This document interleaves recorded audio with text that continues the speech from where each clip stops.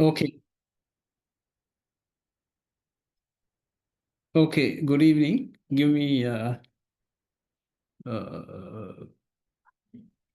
minute just to open my presentation. And today we have to do the review. So focusing the examination.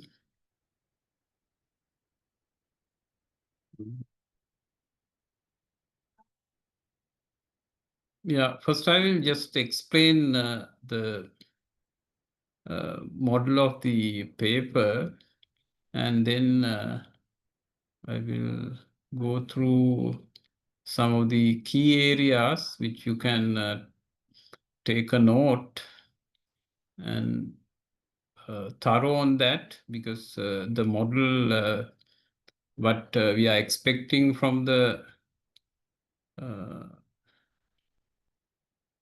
from the examination, the focus areas and all those things, I will just brief on that. And uh, important thing here, as you know, that how I make the paper and all, basically expect uh, the professional approach, right? So professional approach means what is the definition of profession? Professional means those who can convert theories into practice, right? Uh, so what we need in this level, in master's level, basically the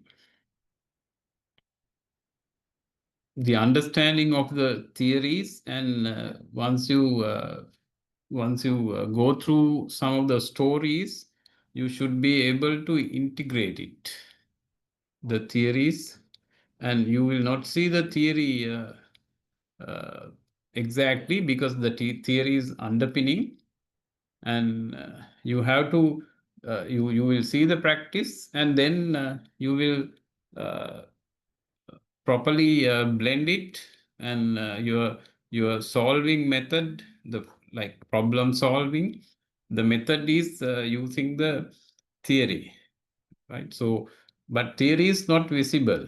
That is the important thing here. You have to understand. I will show some examples here, uh, going through the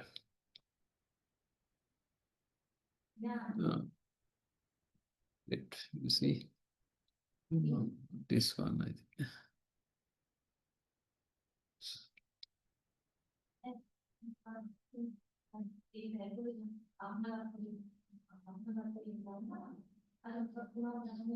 Yeah, this is right.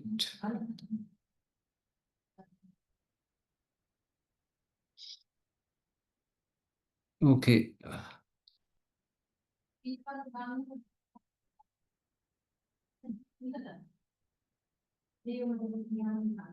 Is it visible? Can see? Yes, sir. Okay. So I'm not giving a lengthy case studies, basically a smaller one, including uh,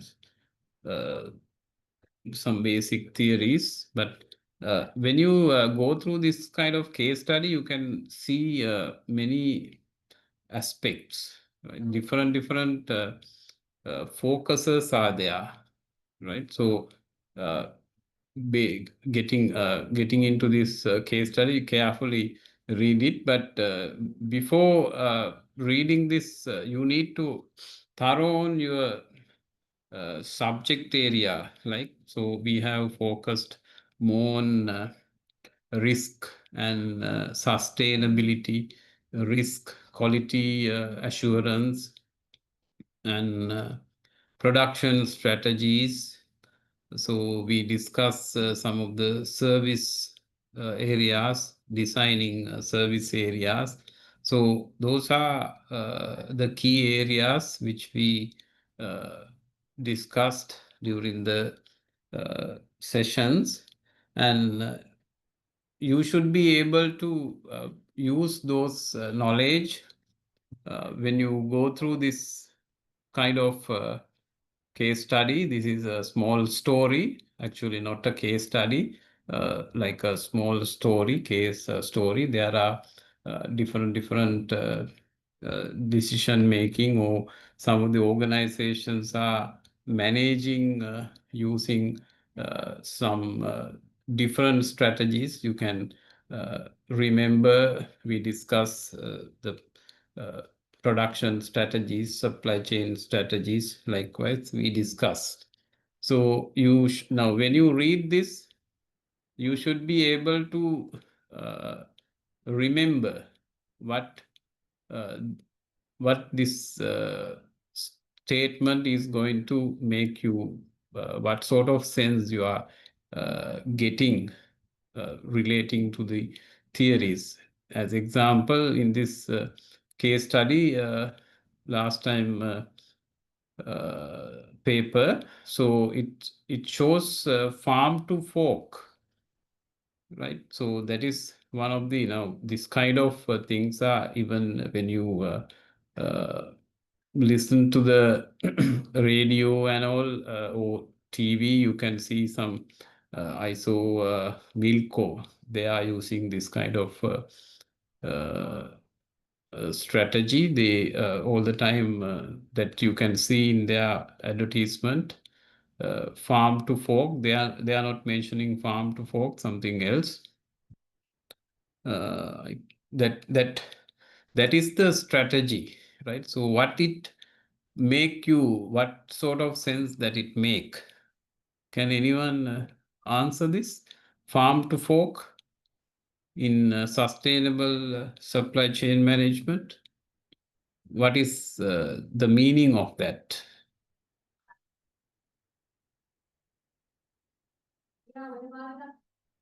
Any comments on your side? Anyone? Susima, Samira?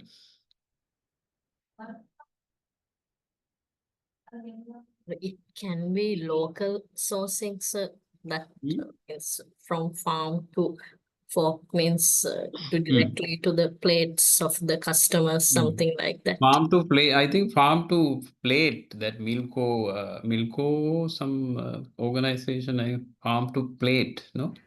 Yes. So it consists with the inbound and outbound logistic.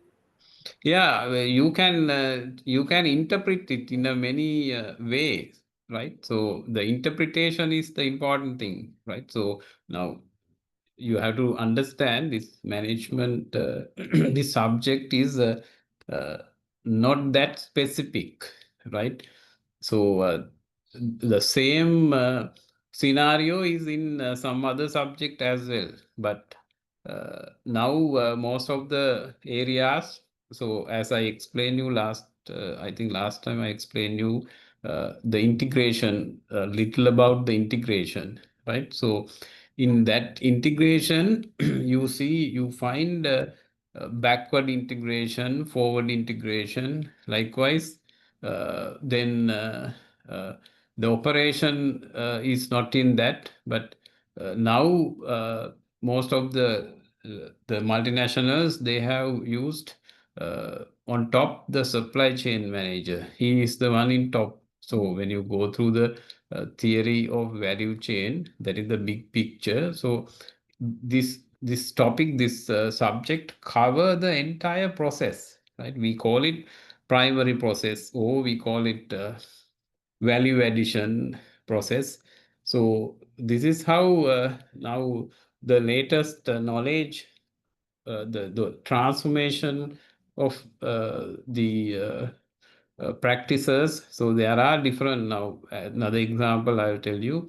In somewhere 2000, before 2017, 2018, we were practicing time management, right? So all whatever books you follow, you go through, even the research articles, you can see, especially in project management, that is the subject.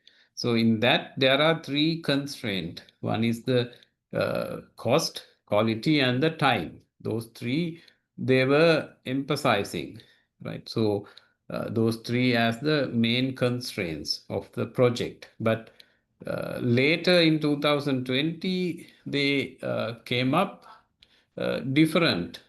They identified cost, then the scope and the schedule. Right now, the latest books, and there's another version recently they published. That is completely different. Now, time management is not there. That is out of focus, right? Outdated knowledge. Even recently, I went through one of the main university in National University in this subject. The question, the exam paper, still they have used this time management, which is not in the in the knowledge, right? Why we are not using? We can't manage time. That is true. So that is why they have introduced the schedule management, right? You can't manage time. Time is there. Time is going. You have to manage your activities. So you can, depending on the priority, you can change your activities, which is now today you have to attend this session. So similarly, there can be similarly many other activities, but you give priority to this 7 to 9 or 7 to 10, right? Likewise. So recently I got a research. One of the students done a research, master's level, and she was uh, doing she has done the research based on time management. So then I asked, this is not in the use with the latest knowledge. So you must have done a wrong thing. Then no, she argued that no. I went through some of the papers, so the papers are there, justification is there. Then I went through the reference. I found all are before 2017. So that is why now when you do something, study, research, you have to go through the recent papers. Then you will find the latest knowledge, right? So now most of the things you find in this supply chain, because supply chain becoming one of the key area, key concept, and even the production manager, plant manager, and the maintenance manager, all are under supply chain manager. Why? The entire process, farm to fork, as you said, the entire series, customer, supplier to customer, and we are not confining within that. We need to go beyond that. Even the supplier side, we need to see the immediate supplier, then next supplier, likewise tier 1, tier 2, tier 3, likewise we are going uh, that extent, right? So this is the important thing. So the farm to fork means you cover full. You are not covering only part of the process. You have gone to the farm and you are growing. This is entirely the integration. So you have gone to a farm, you have done your backward integration in strategic management. This is called backward integration. So you have gone, and your supply chain management, we call it upstream, right? So we are in total process. We are not getting part of this company or that company. So this is what it means. So this kind of things you find in supply chain management. I have done many other management, production management, operation management, and project management. One key subjects what I get very keen to study this project management. Why it is there's a rapid change in the knowledge.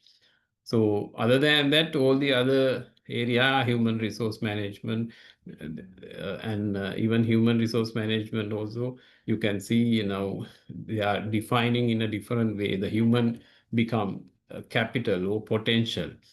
So human become very important. Even though this AI or other technological improvements are there, yet the human become important person. Again, the scarcity you find. All the companies you find a lot of vacancies, and still we need human. Uh, so there are changes going on with this technology and the other improvement, but that is uh, where they highlight the process, right? The supply chain process. You can see farm. I think this also not enough. You have to go further. So then this is why the circular economy is there. Now, this is not a chain. This is kind of uh, circle, right? So there is no end, and uh, the important in that is the waste, right? So sustainability. When you talk on sustainability, the circle is the important thing, circular economy. So thereby you can eliminate the waste, right? So different aspects you find, different changes in the knowledge you find. So try to understand and try to use it. And when So, you use, excuse me. yes, Mudita. Yeah, are there any differences between circular economy and circular supply chain? No, circular supply chain is same as the circular economy. More or less, it's same, because supply chain is the one they have connected. Uh, Earlier we had two ends, right? So supplier and the customer, we had two ends. So now they have connected it as a circle. So mainly the the theory running in that is the supply chain. So you are getting back the same product, you are getting back, and there's no waste. And that has now in sustainability or the green system, they are talking in that way. And supply chain, we talk in this way, right? But when it come to when it comes to the principle, what we are looking on that is to reduce waste, no waste.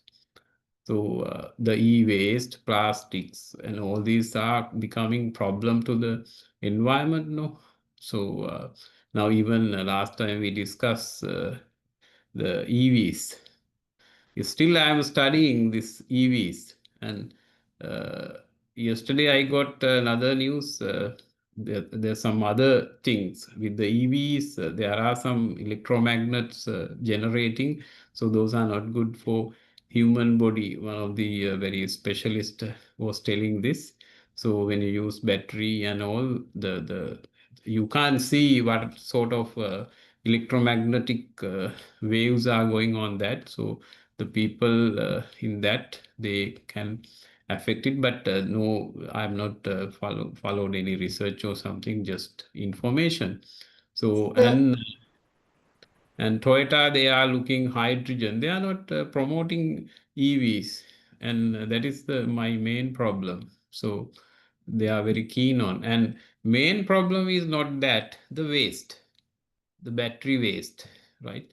So this is the main problem. So if you can make it circular, the waste reuse, then there won't be any waste, right? So basically, it's under supply chain. Anything you want to tell, Mudita? yeah, yes, sir. Today I come across news. The Chinese Huawei company has Hmm. been introduced the battery. Yeah, 3,000. Yeah, is I it have correct? been to that factory. That is Ceres. That is 5,000 acre factory. I have been to that. I Huawei is the thought that main it's customer. fake news.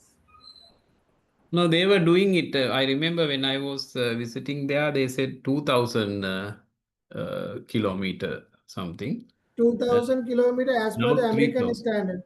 Yes, yes. Now they have mentioned 3000. Yeah, that could be true. I have seen it, and they because the factory, this is Ceres. Ceres is the supplier. The main customer of Ceres is Huawei. Yeah, that's true.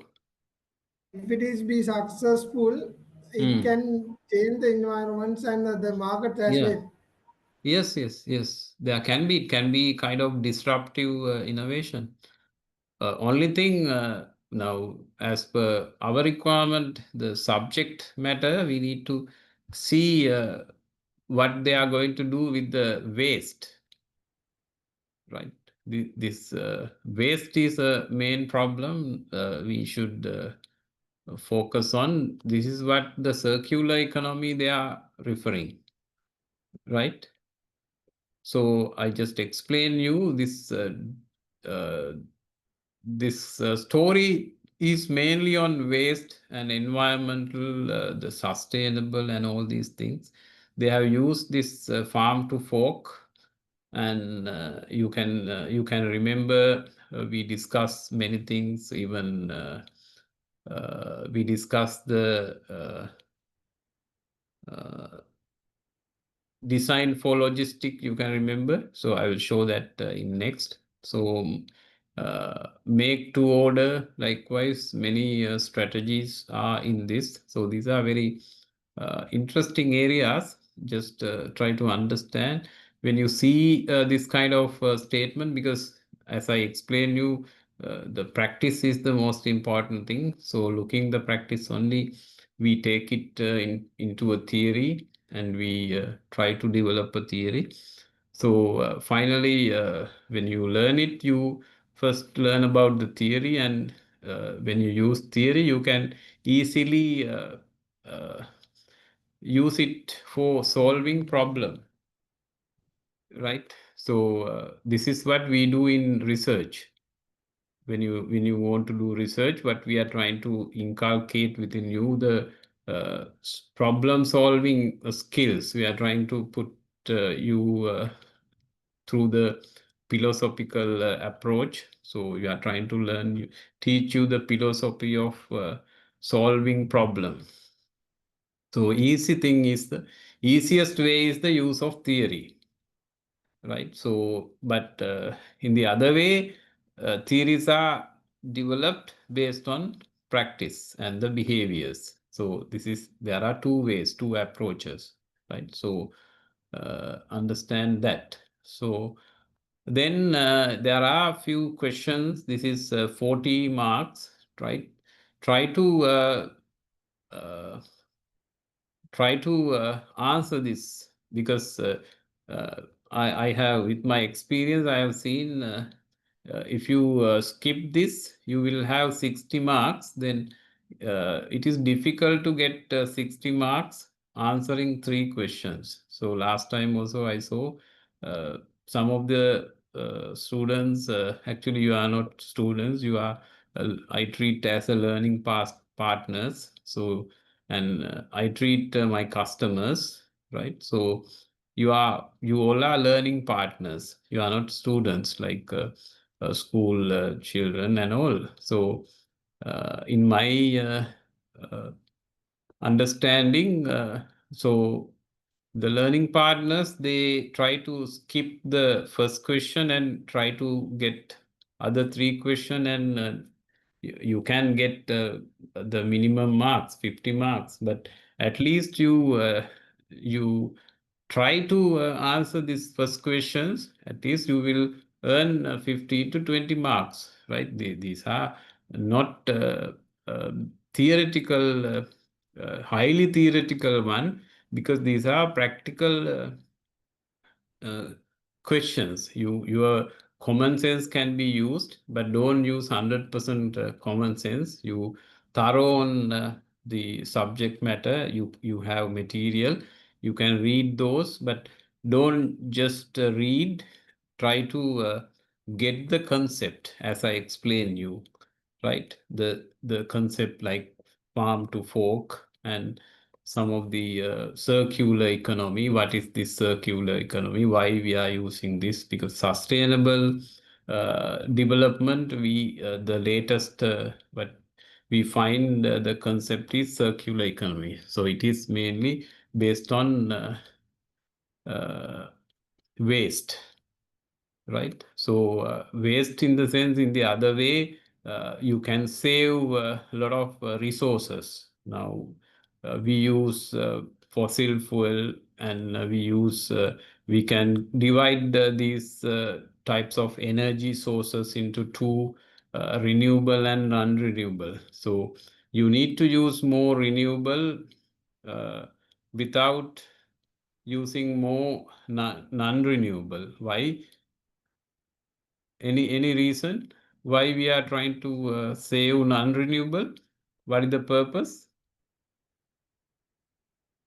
First, we'll see whether you understand the sustainability concept.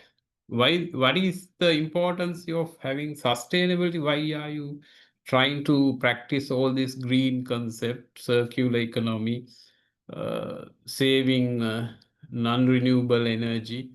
What is the purpose? Hmm? Resources are limited.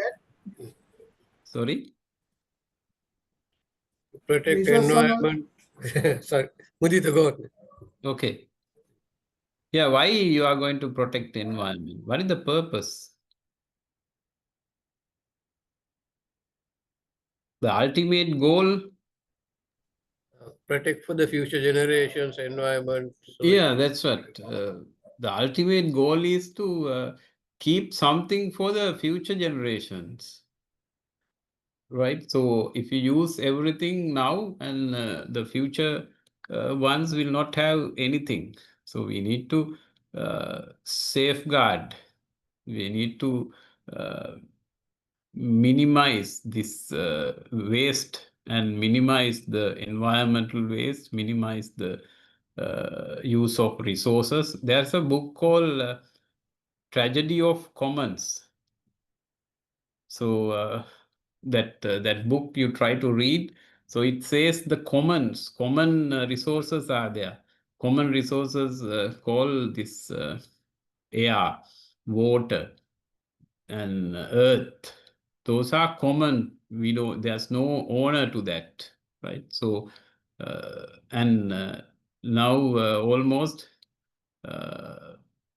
we have, and again another concept is there with that, the capitalism and the organizations, but they recommend to go more on capitalism, and because without having this ownerships, and because when you now the companies are there, multinationals are there, they focus more on green concept. Right now, when you take SMEs, small and medium scales, they never bother about the environment, right? They are mainly focusing on profit. The small, medium organizations. So they are struggling to get into the business. They never care about the environment. Even China also same. China, the Beijing was the highest pollution. So at the initial stage, they were highly polluting the environment. Beijing, they banned the vehicle entering to the city, and they have given odd numbers can come into the city these days, even numbers these days. Likewise, they control little by little, they control, and later on they shipped all the industries to the other countrysides, right? So the Beijing, they completely eliminated with the industries.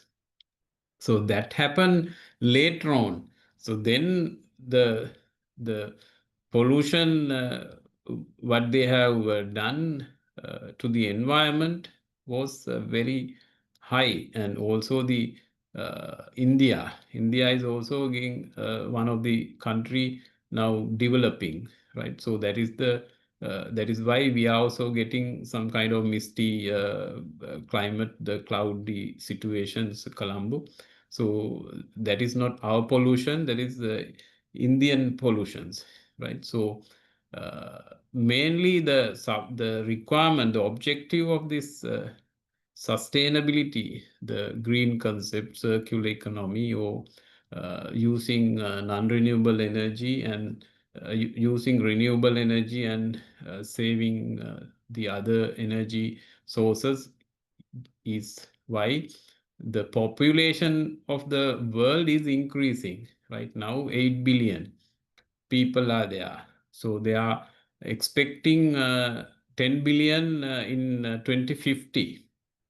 So, which means you need more resources.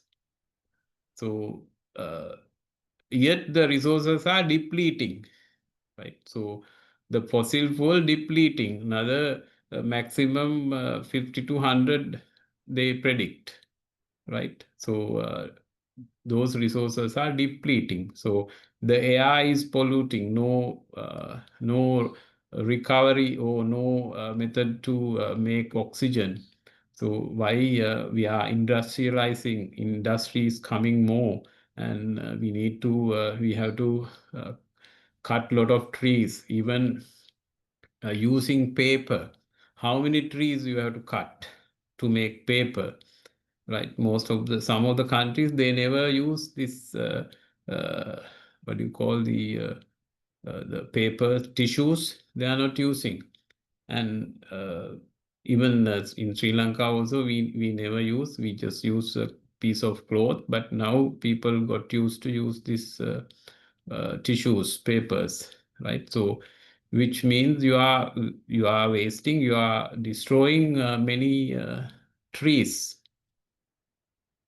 So the plastics, those are there, and finally, with the time, what we lose the resources, the commons. This is what that book says. Right? So you need to save all the natural resources, and you need to. That is why finally they conceptualize it into three P's: people, planet, and the profit. So you need to have profit. So mainly this concept. Now I remember when someone is doing a research on sustainability, or no, green concept. Green concept. That particular researcher uh, had used SMEs, a small and medium scale.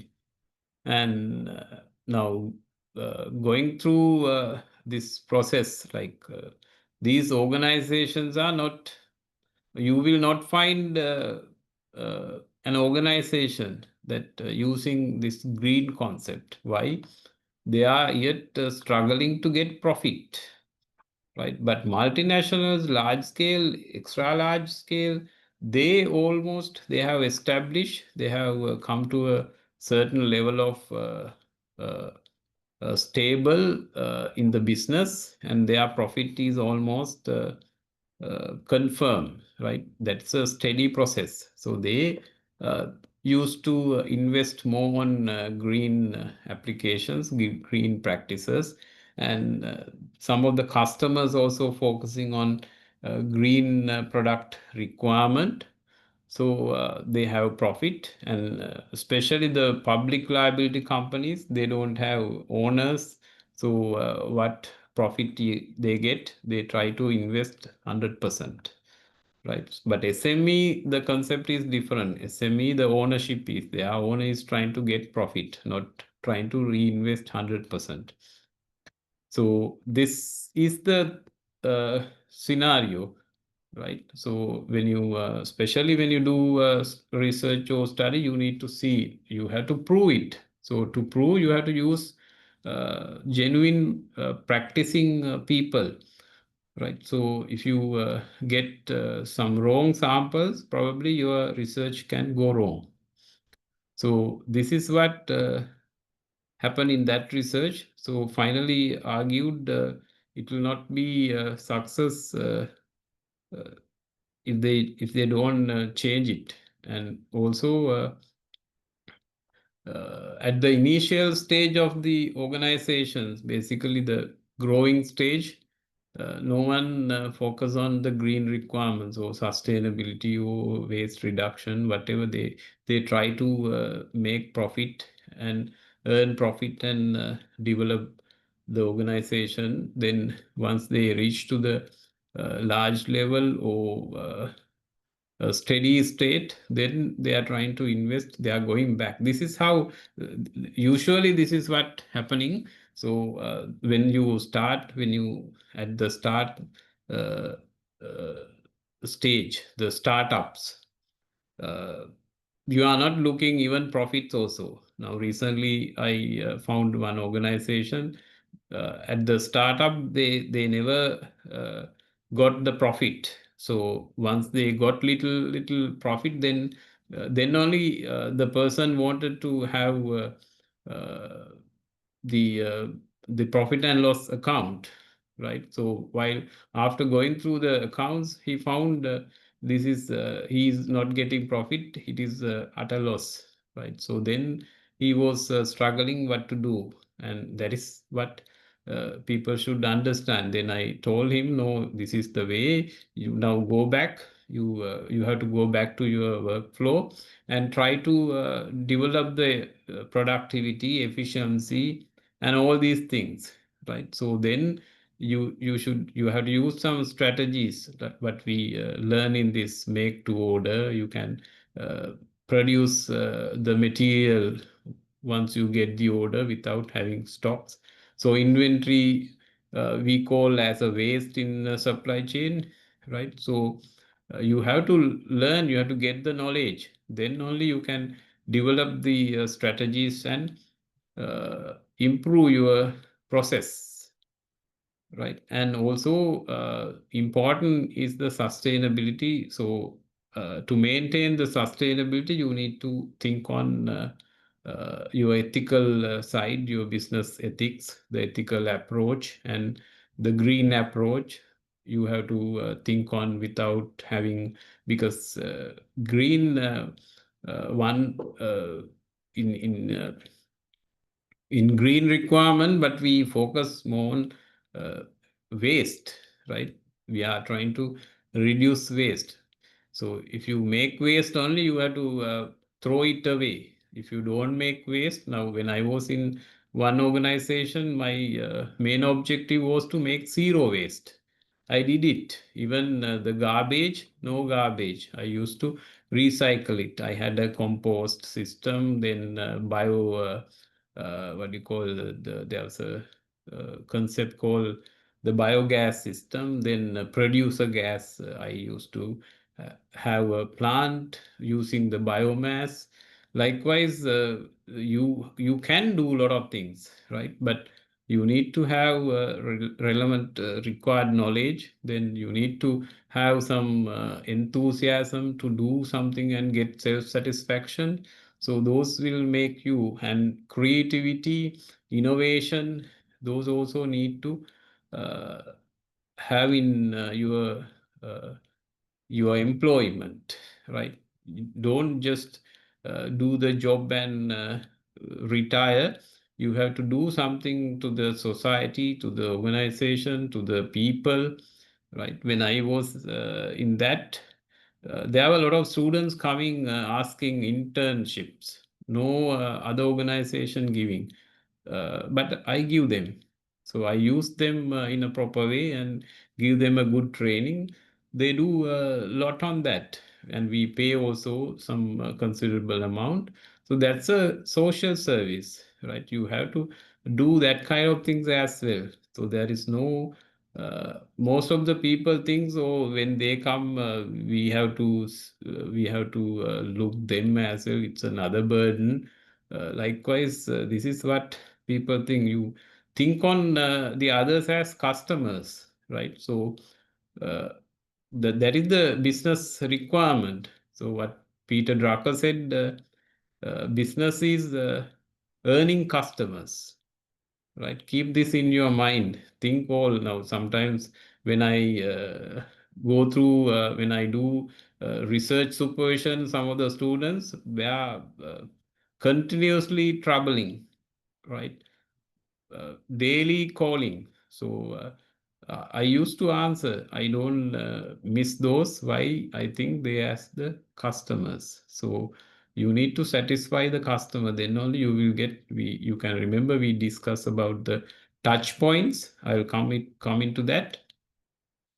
So going back to the subject, actually, you can answer this, right? So these are not that extend the theoretical base, but you can blend with your experience and think it as an open mind and try to answer whatever possible. Try to answer, right? At least you will earn, let's say, 5 marks. Then you will get 20 marks. So 20 is something you are getting. No, that is better than 0. No. So I feel some embarrass actually going through the answer script. Why you are not attempting these questions? Some of the students, you can have different strategy, right? But when you answer to a paper like this, you need to be very kind of uh, tricky and to earn marks, right? So let's say sometimes you put your number and you write 1 or 2 words. So that also can give you a chance. Sometimes the question could be wrong. Then you will, if you have put the number and write 2, 3 words, will get you the full marks, right? That kind of chances are there, right? So try to attempt all the questions what you have now out of 5. I think you need, this is compulsory, right? You can just go through, you can get this paper. If you want, I can share it. Explain relevance of sustainability in business using suitable sustainable theories or concepts in your explanation. So now I explain you the importance of sustainability. You can write all these things in this, but you need to focus on the theory or concept. 3P, there are 3R. Likewise, there are many kind of concept. You can use it, right? So those are not difficult questions. The open questions, there is no limit. Limit in the sense you have to make a limit, look in the marks, right? Sometimes this also happens. Some students use uh, the entire number of hours, let's say 3 hours, around 2.5 hours, they used to answer this question. And finally, you are getting 40 marks, right? Don't have it, have a plan. This is the, let's say, half an hour you allocate for this, half an hour you allocate the other one. Try to answer whatever possible. And then if the time is finished, you have to go to the next.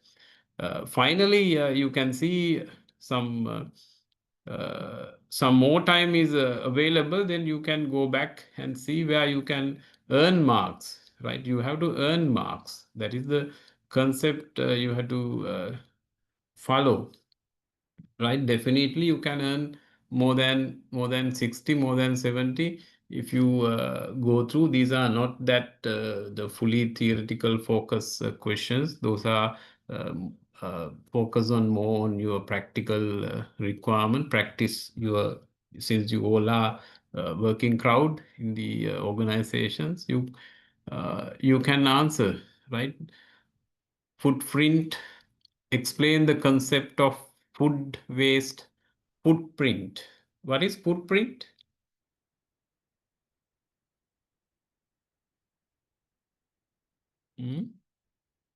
Why footprint? Carbon footprint, water footprint, food footprint. What is mean by that?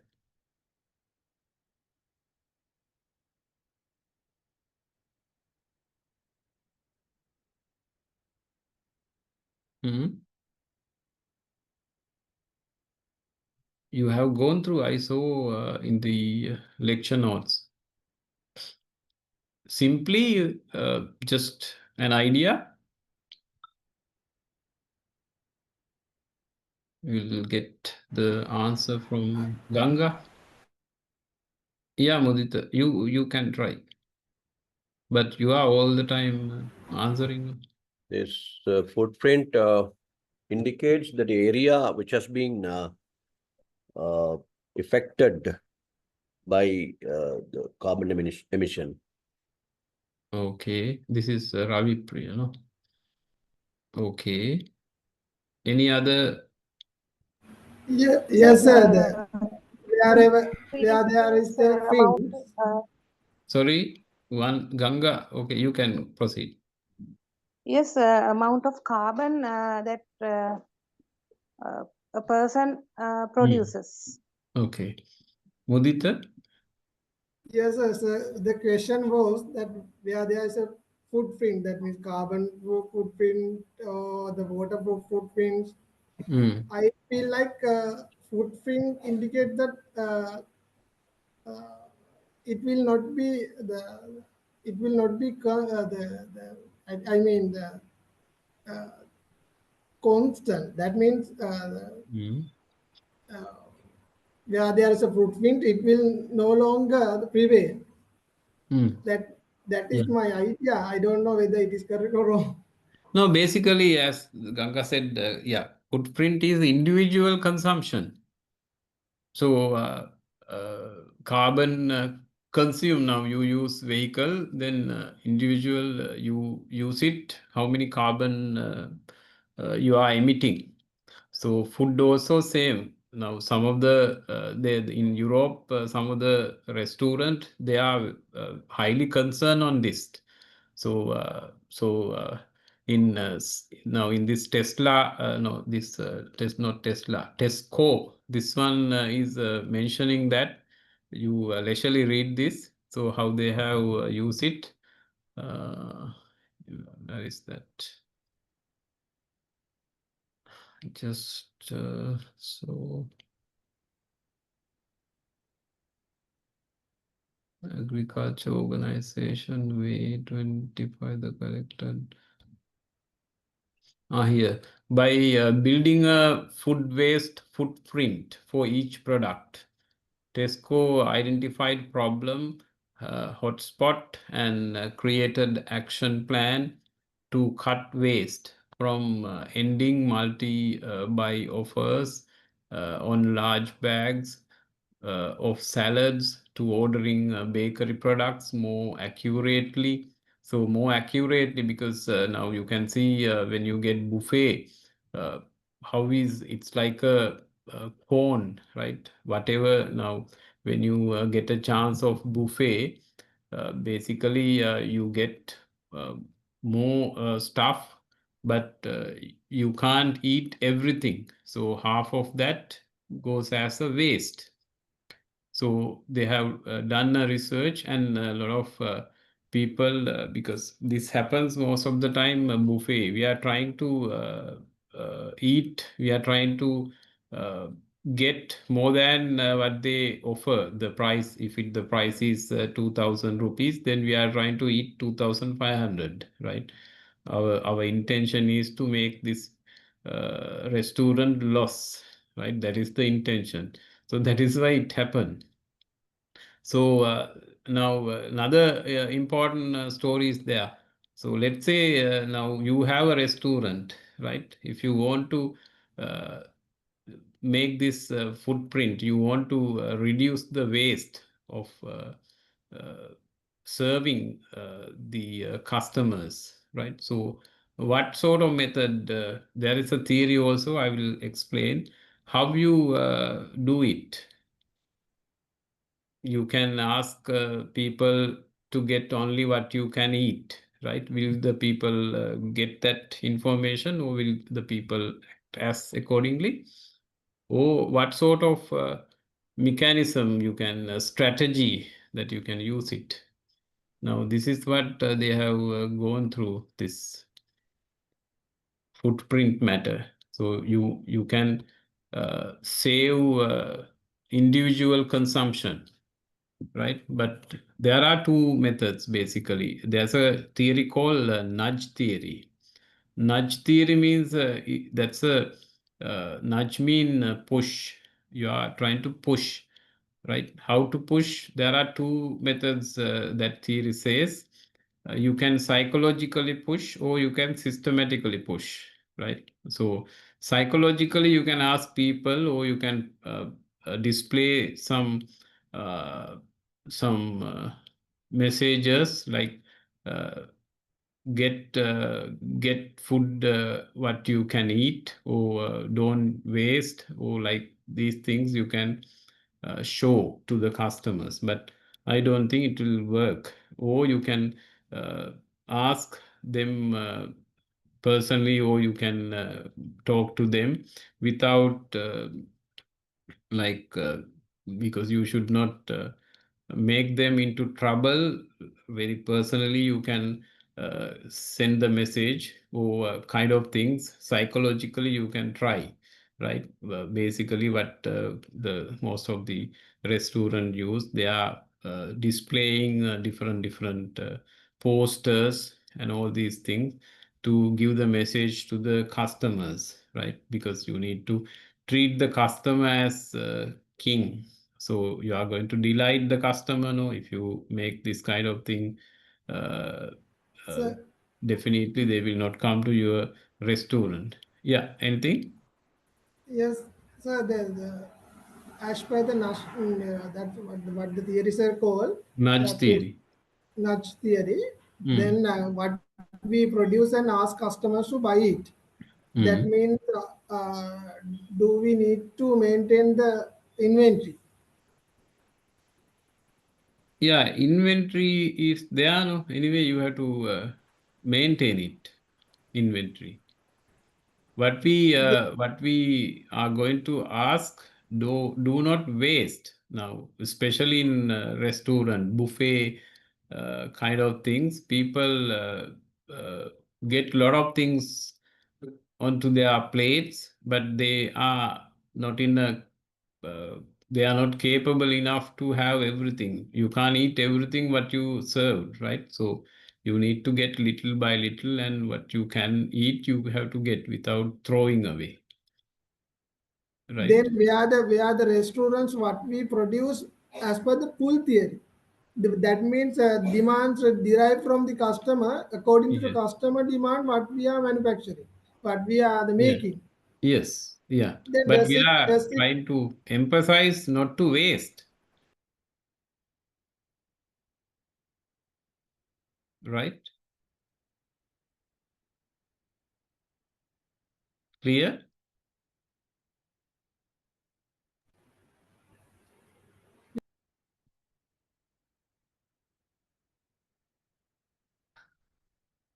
No, you are mute.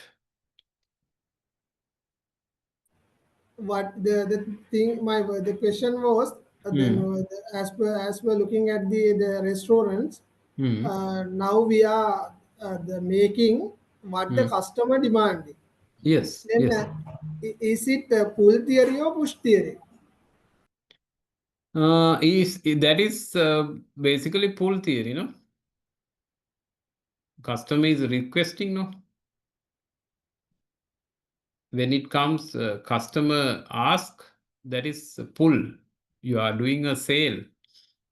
You are not going and giving it to customer. Customer come and get your product. That is pull.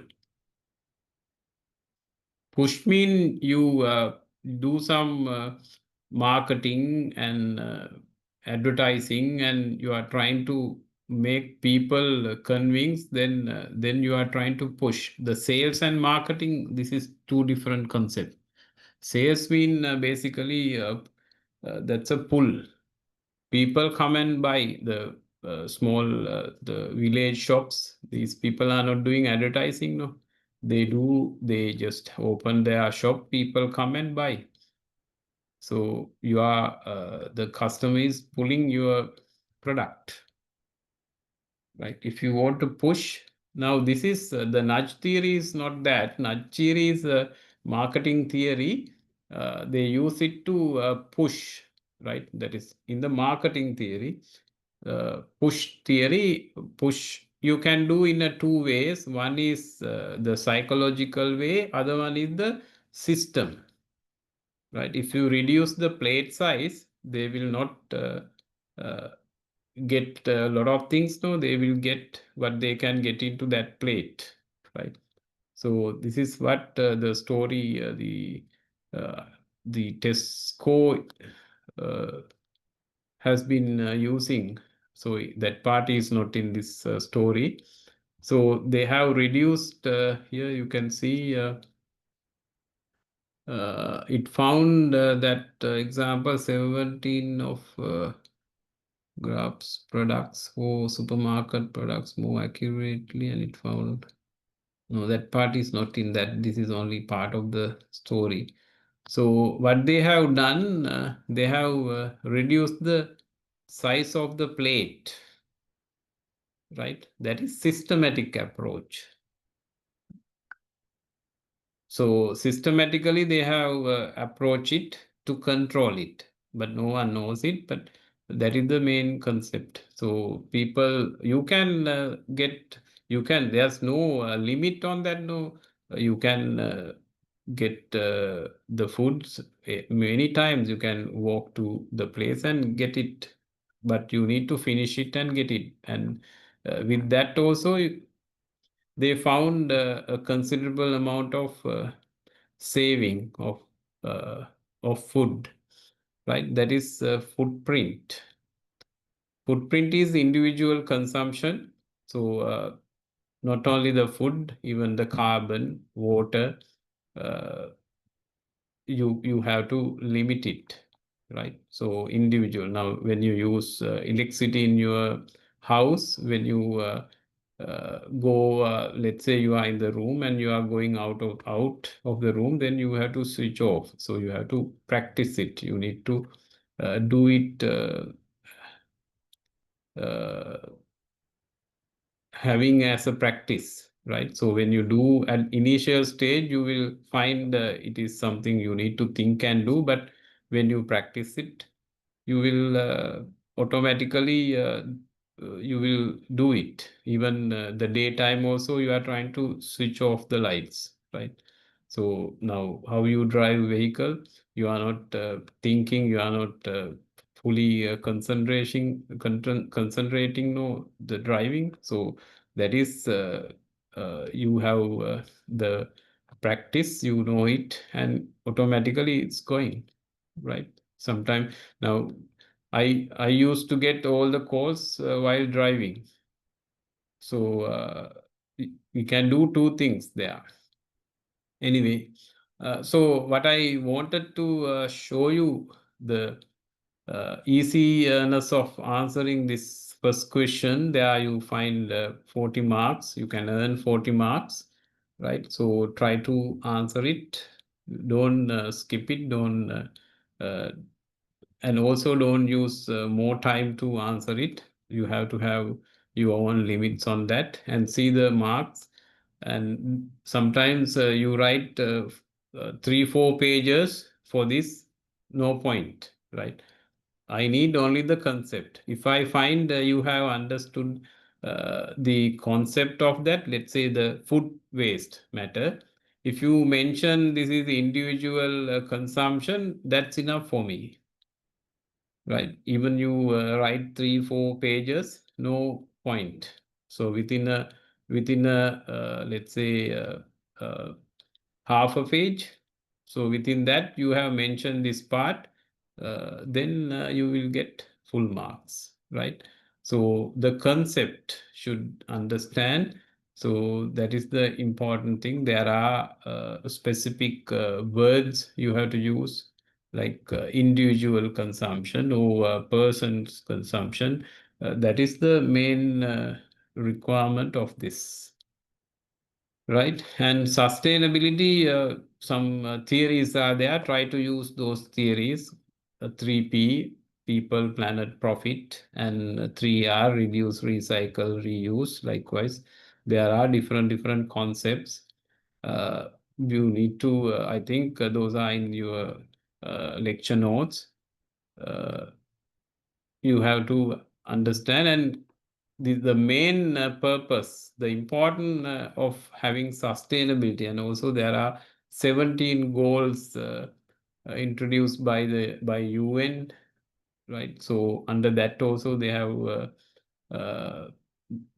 included some of the all these carbon waste, then water waste, and eliminate poverty. Likewise, they have focus. So those things are there in order to save the resources, common resources, air, water, land. So those things. That is for future generations, right? So this is why the renewable energy is very important, but in our country yet the governing bodies, they have not properly understood the importance of having renewable energy. We are the most suitable. We have enough sunlight. So, but the important is we need to identify a good technology, and we can't store it. That is the main problem. Daytime you can use it, but nighttime you have to use some other resources. So, and that is not the main requirement. Mainly some of the unethical practices are there. So those are the main requirement of the people who involved in this. So when it comes to resources, we have enough resources, right? Still we can make use those resources, the solar, and also you need to now there are a lot of discussions going on this solar matters, and people are there to invest, right? Most of the house owners they are, and also you need to have a proper system on having without using the ground. So when you use ground, then the entire area will not productively used, but there are people they are willing, and the cost is not going to the government. The cost is borne by the individual people. So still that facility is there, but no proper policy on that, right? So I saw in China they have the river, one of the river they have diverted, and they make hydro around 23,000 megawatt in that hydropower, right? So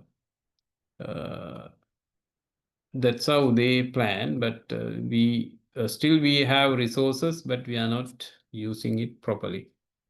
Then any question about this first question? Later I will come to another presentation. First we'll go through this question paper. What I need to explain about the answering, I have experience of going through the answers. So based on that, I need to give you some advice. So lesson learned. Any So this time I will explain later what I'm going to cover in these questions this time, right? So before that, any question?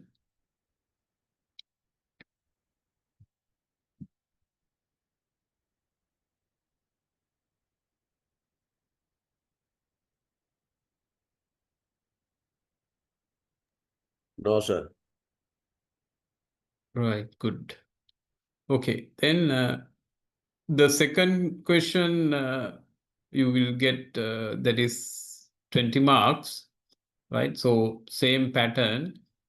First you will get the definitions or some salient points you can discuss, and all the time see the marks, right? What the mark allocation. So depending on, you have to start writing. So don't waste time there. So if you find the concept you understood, you will definitely, you explain about that, definitely you will get the required marks on that, right?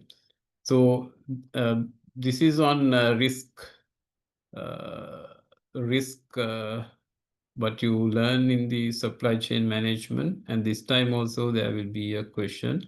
And again, this is about the strategies, production strategies, the design for logistic, MTO, MTS. So those are the focus areas. And here I have asked, because this part last time I did, this time I can't remember who did this.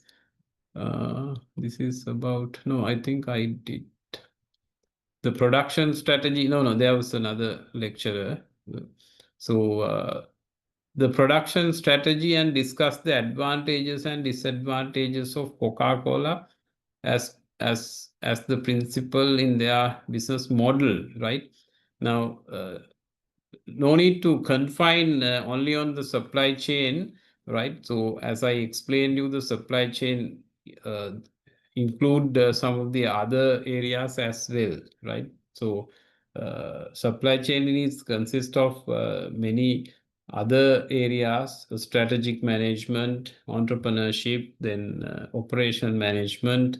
Likewise, some other areas, human resource management, all are in this, right? That is why this has become on top now in current organization, multinational organizations.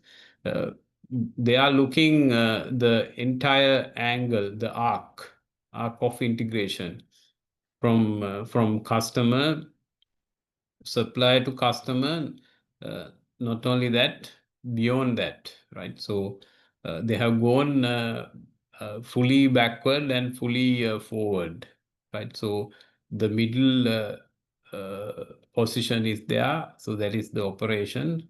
Operation is nothing, basically management.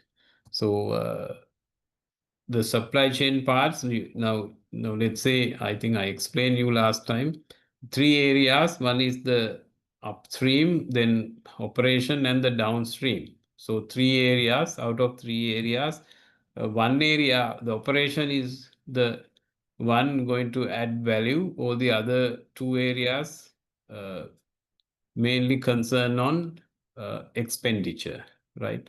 So around 60% your cost is involved with your expenditure is involved with the supply chain process, right? Only 30% your cost is involved with the value addition, but value addition will add value more than that. That is the main. So business model, I will give you some extra knowledge on this business model. Now, take Toyota, take BMW, take Benz, right? Now we talk about the 3000 kilometer battery, Ceres or BYD, Tesla. So how many car manufacturers are there, right? So now Coca-Cola is one. Similarly, there are Pepsi-Cola. Then now in Sri Lankan, Elephant House, right? So many organizations are there. They make the similar product, right? But when it comes to profitability, all are earning profit, right? All are doing well. We can say all are doing well. That is why they are in that, right? So from where the change comes? How do you understand from where this change comes? When you take Benz, right? And no, They are addressing different market. yeah, okay, right. Take the mobile phone, Apple is there, Samsung is there, right? They address the requirement of the customer. Yeah, that how do you understand? You have to have a very robust approach from where this deviation has happened. Innovation. Okay, go ahead. So They are looking at the market segment Okay, as per the purchasing power. They are addressing the market demand. okay. I will take that answer. Any other? Only that?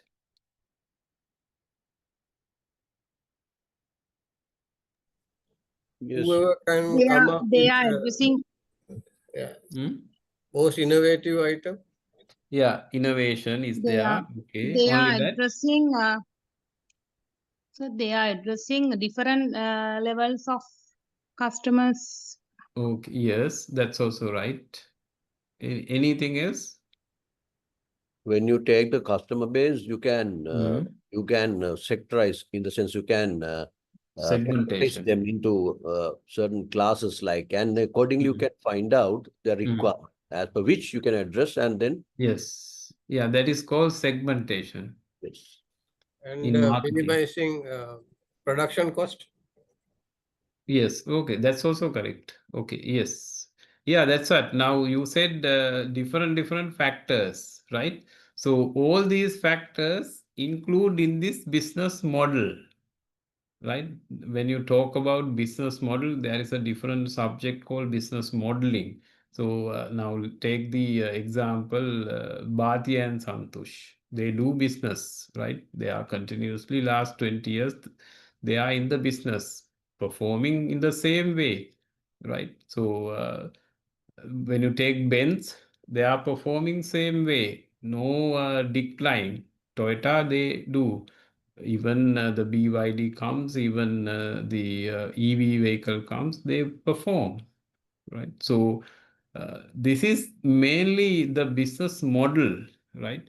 Now you will get this knowledge from advanced level business studies. So grade 10 or somewhere, they have highlighted this, but the issue is the way of teaching. So there is a term called business model, right? One-to-one different business model. When you take Toyota, they have different business model. Then Benz, they have different business model, right? So what are the areas they deviate in this business model? As per the latest research, there are 9 elements, right? 9 elements. I can't remember all 9 elements, but I will explain you some key elements. As you said, the segmentation. What segment you are going to focus your product. Toyota is using the bottom of the pyramid, right? As per the Maslow's hierarchy, you can see where the rich people are there, where the poor people are there. Right now, I will give you another example. The election campaign of the President Mahinda Rajapaksa and election campaign of President Ranil Wickremesinghe. Go through these two uh, uh, presidents and see how they approach, right? Why President Mahinda Rajapaksa was there for a continuous period. They know how to address the bottom of the pyramid, the people in the bottom of the triangle hierarchy, right? So where they get the volume. But President Ranil Wickremesinghe is addressing the rich people, top people, business people, right? There you don't get volume, right? That is why the difference comes. So similarly, the Toyota and Benz is focusing on high end of the pyramid, right? So the segment, high end segment, rich people, their prices are premier prices, right? I explained you about the pricing last conference had on where the water's edge. I explained about 4 areas of prices. Even I explained it to you last last semester. Premier pricing, penetration pricing, then there was a skimming pricing, and there was another one. 4 types of pricing are there, right? So penetration, you try to penetrate your product, you reduce, but long term, right? Your prices are low, Toyota prices are low, and they are trying to segment in the low end volume market, right? Their profitability is GPO, no, GP is around, not GP, NP is around 4%, no, 8%, right? But Honda and Nissan, they had 6%, but these people are satisfying with low NP, net profit, but their volume is very high. Volume business, right?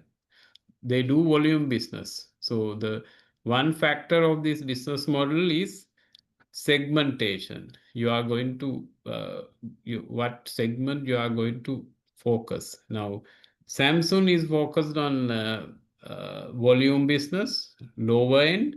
Apple is focused on high end, right? So Apple prices are very high, Samsung prices are very low. Their profit margins are very high, but less volume, right? This is the difference. In business model, one factor, right? Likewise, there are 9 elements. As you said, the cost structure. What are the costs? What are the now Benz? They use top quality product, right? Now, when you make a product to the aircraft, you need to have high reliability, right? GE or Rolls-Royce, their engines are highly powerful and no failures, right? So they use high quality raw material, but the other, they are not required the high reliability. Those who used in the mode, the transportation mode, the ground mode. So those can have some sort of less quality, not the supreme quality, but those are something lower quality, right? In your organizations also, you know how you are selecting the raw materials, right? So what quality you need? Is it a perfect, or is it a less quality, something you can tolerate, right? Why? When you want to use high quality product, you need to spend more, but you are not going to in that pricing model. So you can have your pricing model is penetrating price. Your pricing is less but high volume, right? So if you focus on top segment, then you will get premier pricing, then your raw materials is very high quality and you spend more on that, and finally your product is high quality, right? Second is the cost structure, then market segmentation, then value proposition. What value proposition? As Ganga, I can remember, said something, Ganga, oh, I can't remember, Mudita. Anyway, the value proposition. Value proposition is you are looking the customer's gain and pain, right? The customer buy product when they have gain or pain, right? Then only you are trying to purchase. The purchase intention comes when the customer find these 2 things, right? Either gain uh, or they are trying to get a pain, recovery for pain, right? So then only the market is there. You need to focus on these 2 area. What are the features you add to your product? Let's say a mobile phone. What are the features you are going to sell for them? Likewise, the third one is the value proposition. Likewise, there are 9 elements, right? If you want, you can do a good research on this. I will help you. So this is what the business model. So if you take whatever organization, let's say Coca-Cola, Pepsi-Cola, Toyota, Benz, whatever organizations, there can be even Bharatiya Santus, whatever business you get, there is a model inside, right? So in that model, the researchers have found there are 9 elements. So far 9 elements. I don't know. The new development, still we teach 9 element. We call it canvas model. So now, what is this Coca-Cola strategy? Business strategy? Now, this is what this question asks, right? So anyway, you will not get this question this time. So I will just say what they do. They use the franchise model, right? So anything? They use franchise, and franchise means they only supply the syrup. So the countries, different countries, they have different agents, and the agents can mix it and sell it, the distribution and all these things. Why they give syrup? Why they are not giving the recipe? Any reason? Mm?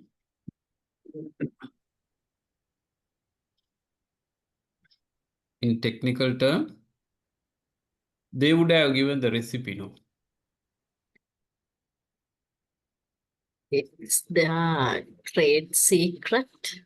Yeah, that is the secret. Secret in management wording, you can take it as core competency. That is their core competency, right? So this is why in supply chain we talk about outsourcing.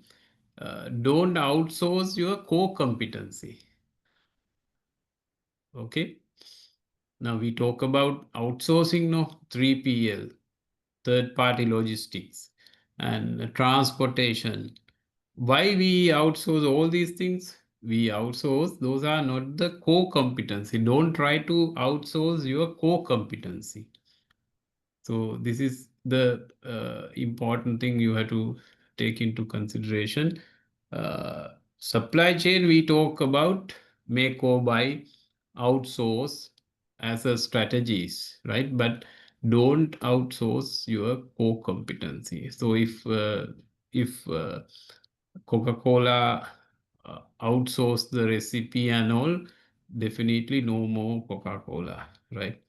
I remember there's a person, one of the person who introduced this ginger biscuit in one of the biscuit companies. Another competitor hijack this person. So he had the core competency of making ginger biscuit.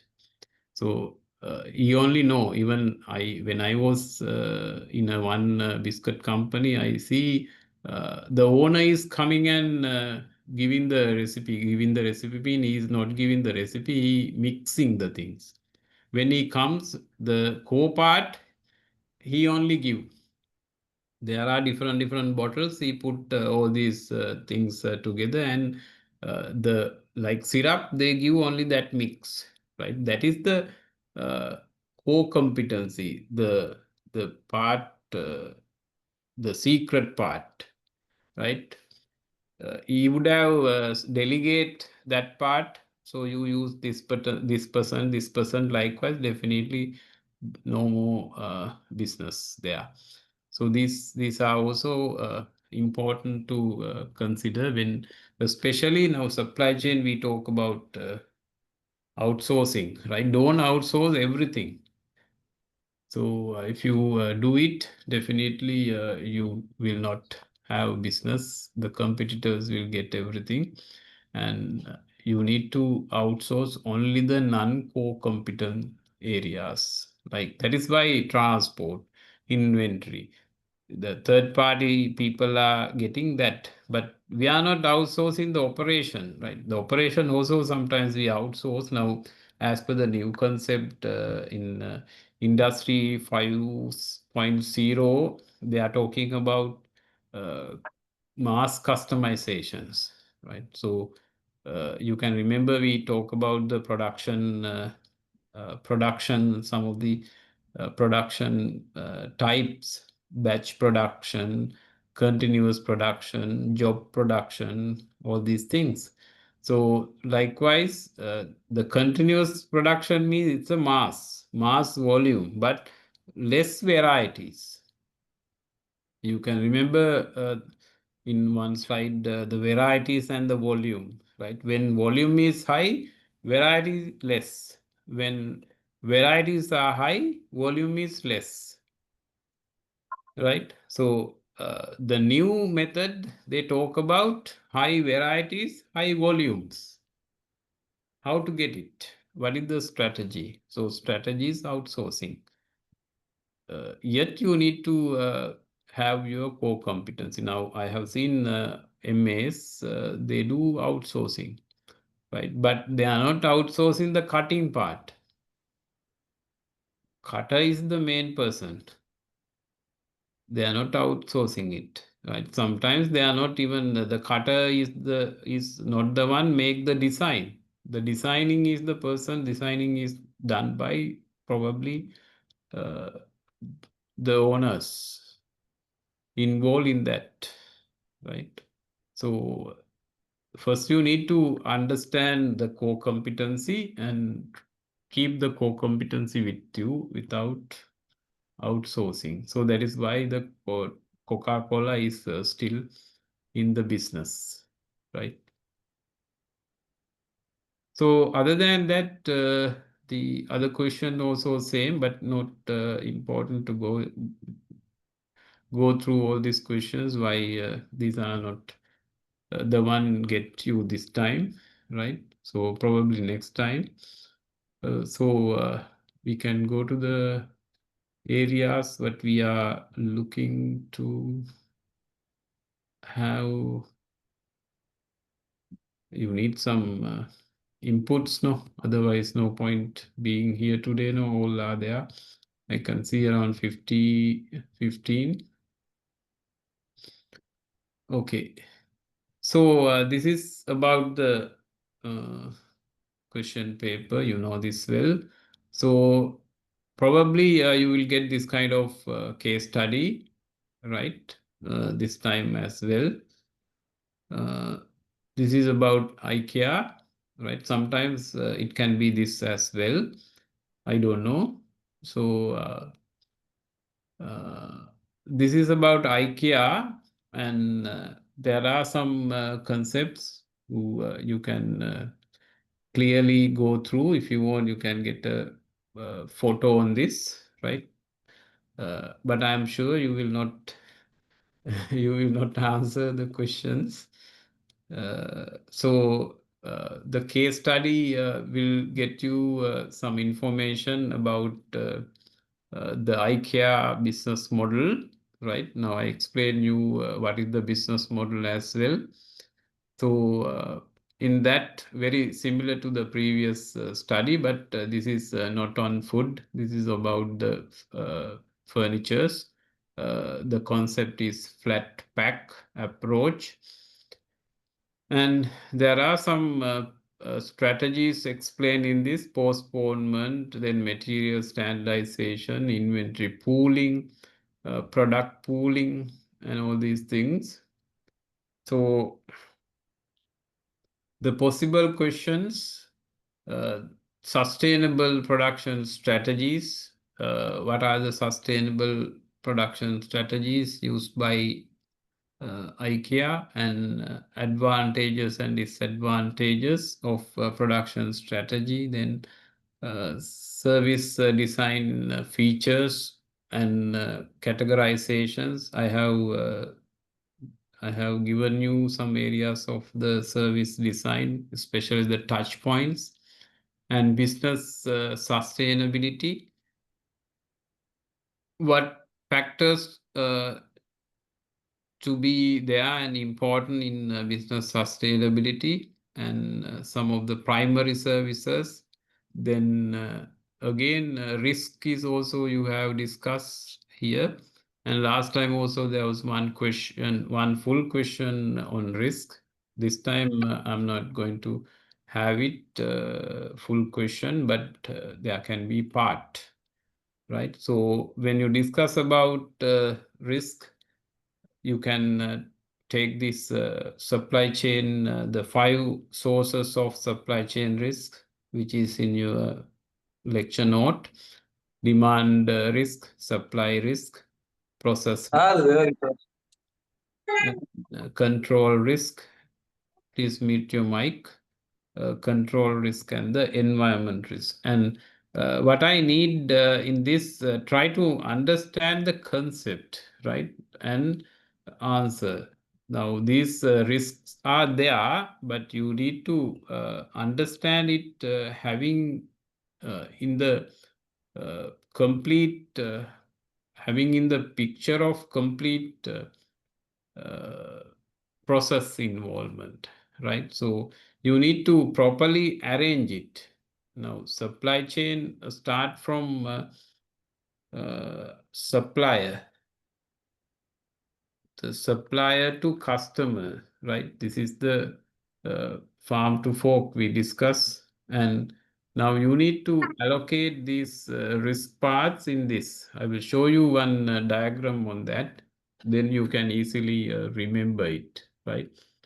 Then sustainability, again, because the sustainability, please mute your mic, Siraj. It disturbs to the others. So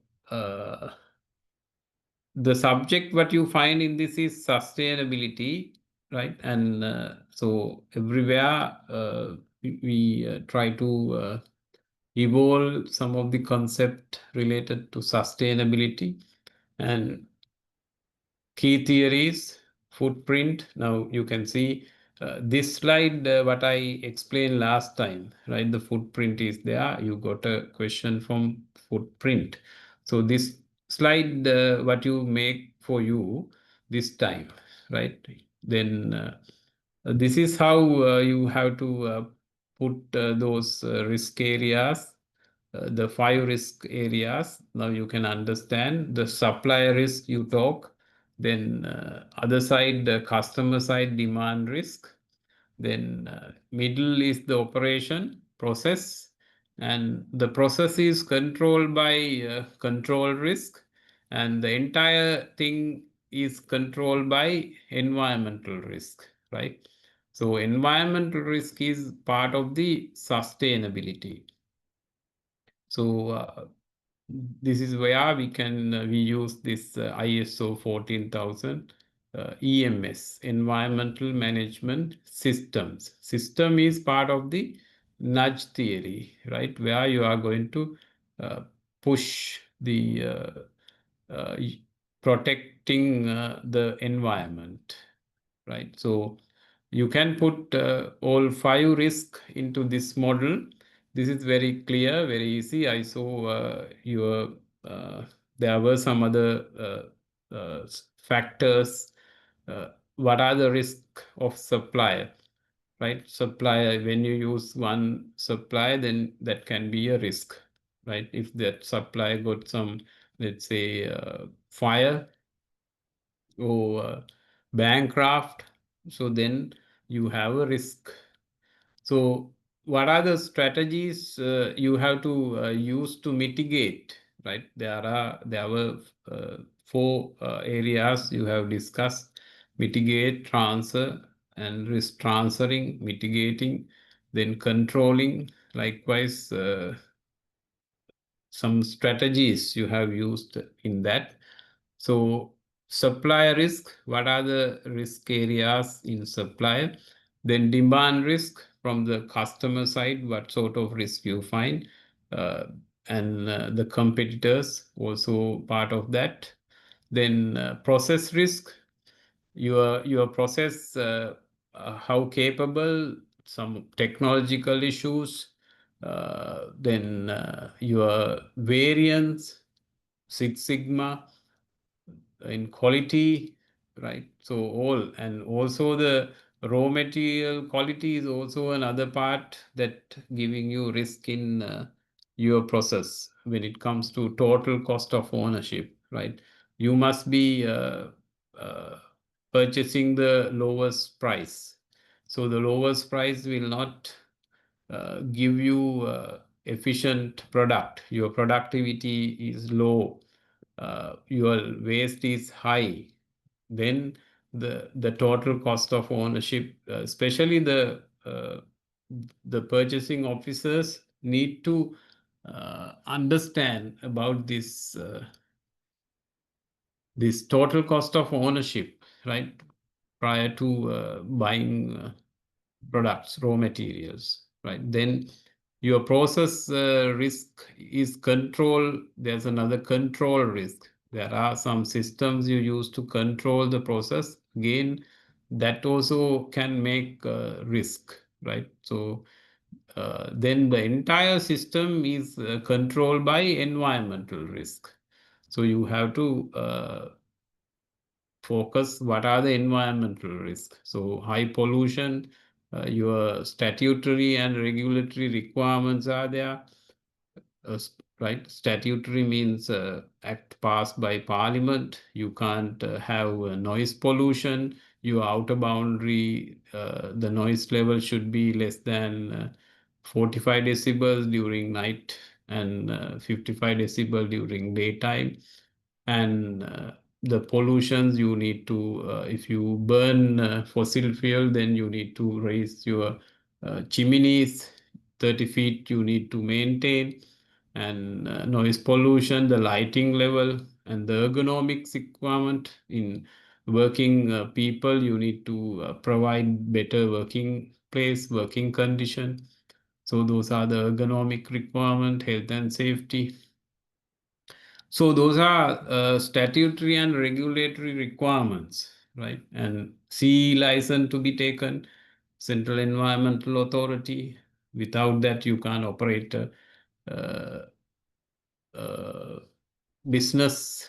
So those those comes under controls, but those are part of the environmental risk, right? Now you can understand properly, I think, the risk part.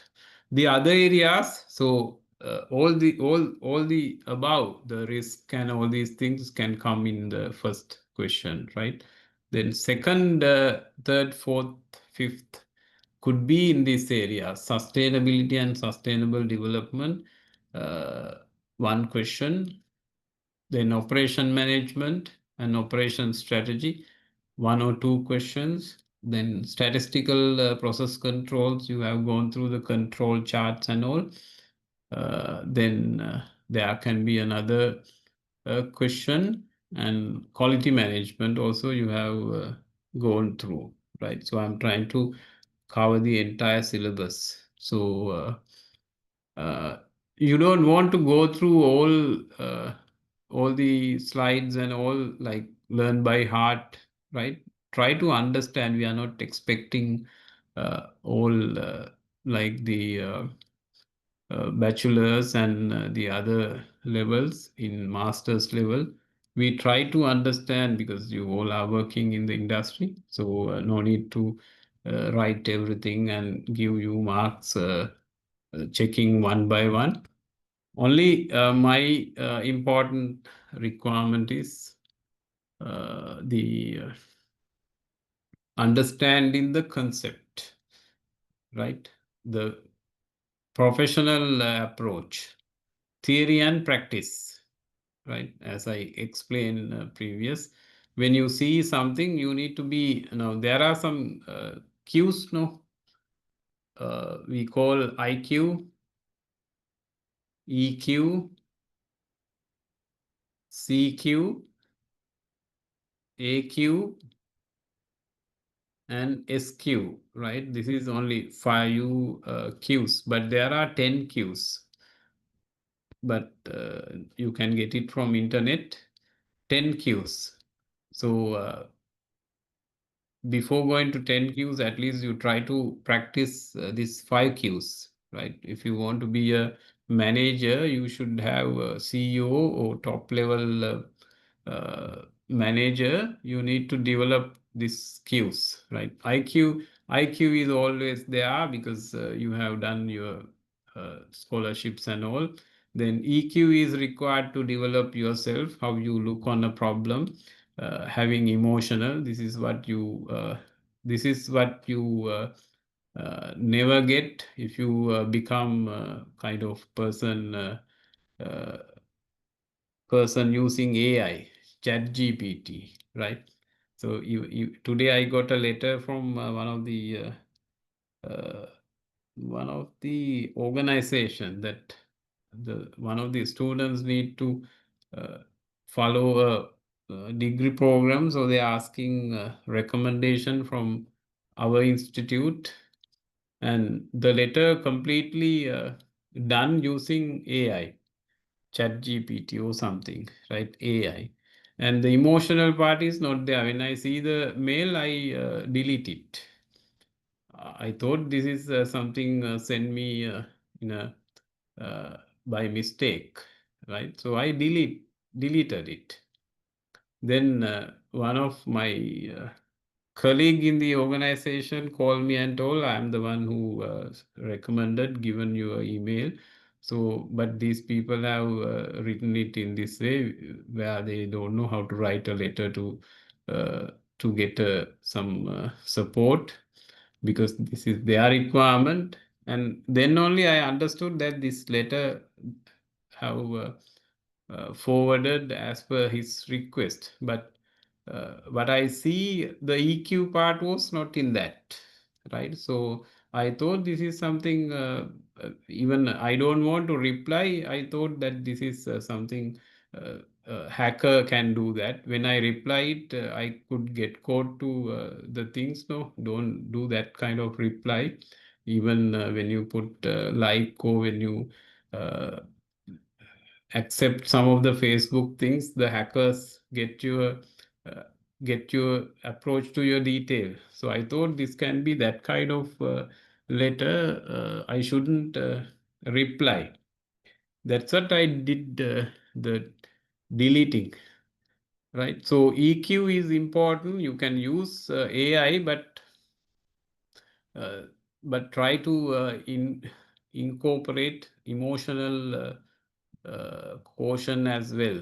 And what is CQ? Can you guess? This is the important thing. Now I want to tell you this, not the other things. CQ.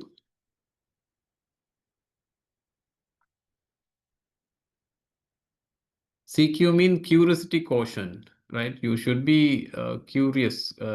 Your curiosity should be, you should be inquisitive and vigilant all the time.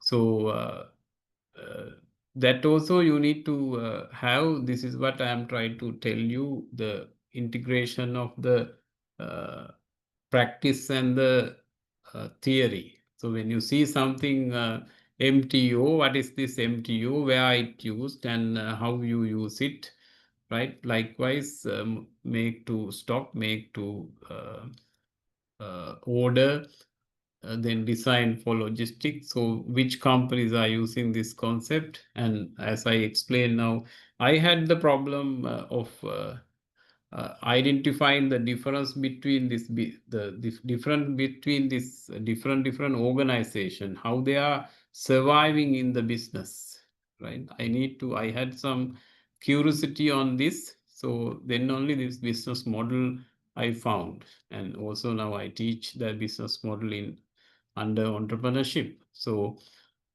then I was happy about, so what is this business model? And these are the elements that the companies have done some changes, but the companies also, I'm sure that they never know about this, but they practically they use it. And whatever company, whatever organization, whatever person, they will segmented, right? So as you behave, you are going to position. In marketing, there's a term called positioning, right? So how you behave, you position. Let's say you are getting commissions, bribery, and all these things. So finally, you have gone. You will get a position in your career, right? So this is what we call the branding, personal branding, and all these things. If you don't do those things, then you will get a good positioning, good branding, right? So to get this brand, you have to spend something 10, 15 years uh, in the business, in the employment, right? So these are the key areas, important areas. So your curiosity will help you to identify, find, and integrate and get some understanding. Then that will be there. You will not forget that, right? You can argue how this Benz is doing. Why the Benz and this Toyota both are in the same? What are the changes? So you can say different factors, but if you use a theory or a business model, canvas model, then by research you can find these are the factors can deviate, right? Now I will give you another example. The Toyota is focusing on lower level, right? This is mass market, right? They wanted to reach the high end market. What they did? Introduce Lexus like. Yes. Yeah, I think we discussed somewhere. Right? But they didn't go with Toyota. They changed the brand, right? Similarly, in Sri Lankan CIC, they were doing Dulux. Dulux is somewhere positioned in this.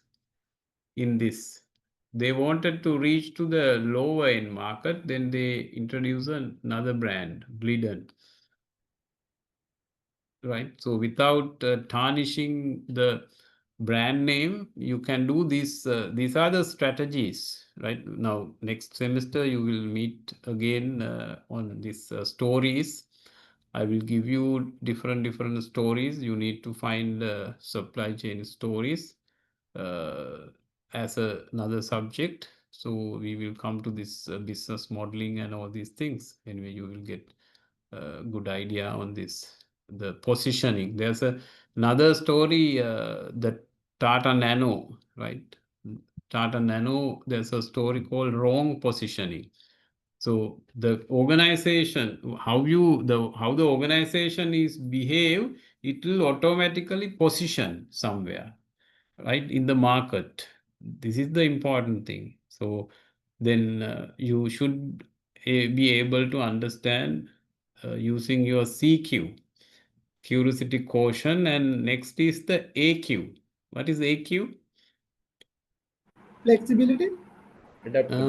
Yeah, adversity quotient, the risk, and how you change the resilience and all. So in adverse situation, how you act. That's also you need to develop. So when you develop all these things, you will get the spiritual quotient finally, right? So as per my knowledge, when you want to become a CEO, definitely you need to develop these 5 quotients, but there are 10 quotients. Don't try to develop all these things. You will not have enough time. Anyway, so additional thing. The important thing here, you try to understand this integration, how you put theory and practice together, and understanding strategies as well. The strategies are important. Those are the long-term plans, right? So and also winning requirements, you need to use the strategies. So we discuss. I will just go through some of the key areas just to remind your knowledge. The service categorizations we did, modality, diversity, temporality, complexity, right? So you need to identify what is discrete, what is continuous service. Okay, so there can be some questions on this. Then these strategies, production strategies, make to order, make to assemble, and all these things we discuss.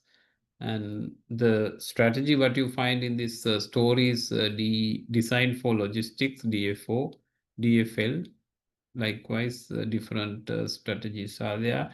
Then objectives of process design, we discuss 5 areas: quality, speed, dependability, flexibility, cost, and sustainability. Then these are factors of risk. This time we didn't discuss this part because the risk part was not done by myself, but just for your information, the risk in the supply chain, domino effect and the bullwhip effect is there, right? So you can get this. Bullwhip effect is basically creating by information flow. And again, the domino effect, again, it is the same effect. The domino effect is called as forest effect, right? So these risks are available in supply chain. Then the control charge you have discussed under quality management, right? So why the control charts is important in managing quality? There are different processes managing quality. So probably last time there was a question, but this time still I'm thinking on that. So probably you will have it, right? But the quality assurance, there will be some areas I'm trying to touch, but yet it is in question mark, right? So this is how the question comes in your examinations, right? So you have done, I think, many areas. This is a good subject, sustainability, and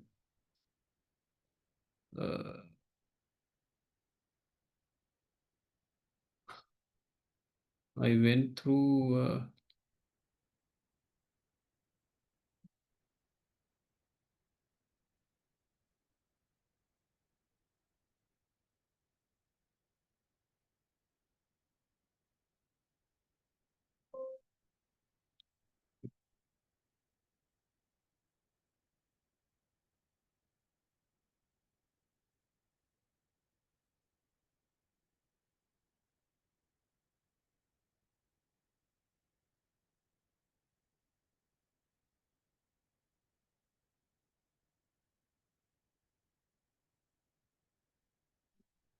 this. If any question, you can ask.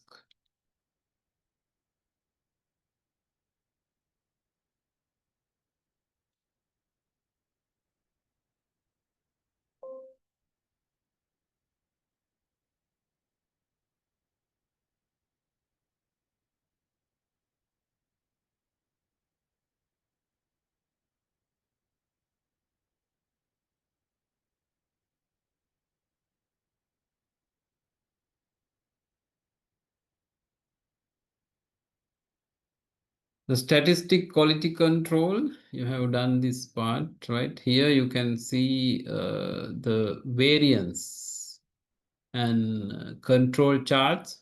So variance is addressed by this control chart. Most the Six Sigma is addressing this area, right? So this is important in raw material processing under quality control. So the process variance should be minimized. So the process variance depends the cost, and the cost of quality you have discussed, right? What are the cost of quality?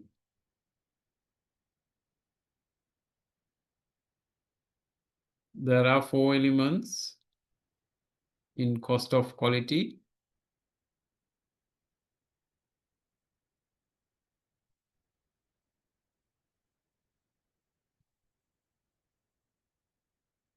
Then this part is the phases of quality assurance, accepting samples, process controls, continuous improvement.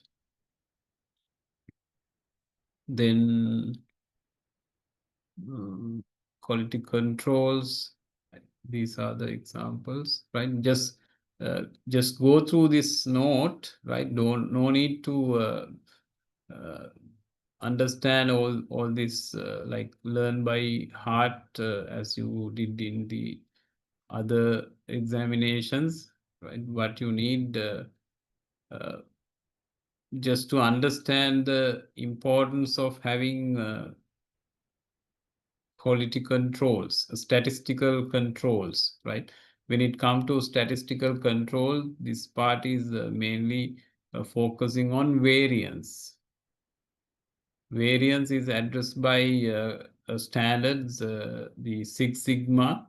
Six Sigma is the one that discuss on variance. You can remember when we were doing this inventory controls, inventory management, we discuss how the safety stock is decided, right? So to decide the quantity of safety stocks, you need to use this statistical process control system, and with that you can decide what percentage, 95% confidence or 90% confidence. So your risk level, what is the risk level you are going to address on that. So this is what the control charts call: upper control limit and the lower control limit. If this exceed, then you mean that the control there is no control on this, right? So you need to take it between this. So this is what the importance in the business model when you want to focus on the high-end product, right? The variance is very narrow. You can't have this kind of a broader variance. So your deviations of the raw material, the quality parameters deviation, right? When you take, let's say, a steel part, there is a specific requirement, the carbon percentage, then the density, the weight. Likewise, the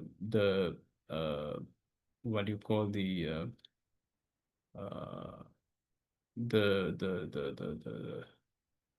properties, the other material, the properties in the steel component, right? When you use stainless steel, there are required properties. When you use carbon steel or high carbon steel, something tools, you need different carbon percentage, right? So when you use plastics, in plastics also there are different properties. You need to find the density. Density means the specific gravity, then whether it's a PP or PVC.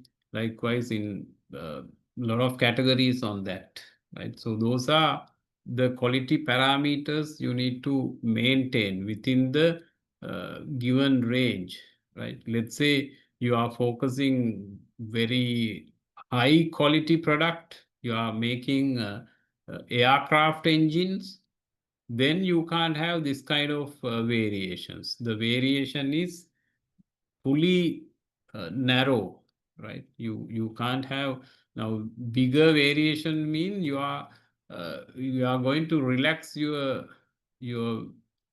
quality parameters. When you relax means the risk level is increasing, right? So when you want to reduce the risk level, then you need to narrow your process variations, right? So then your cost is increasing.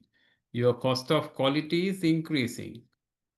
So these are the conditions, requirement.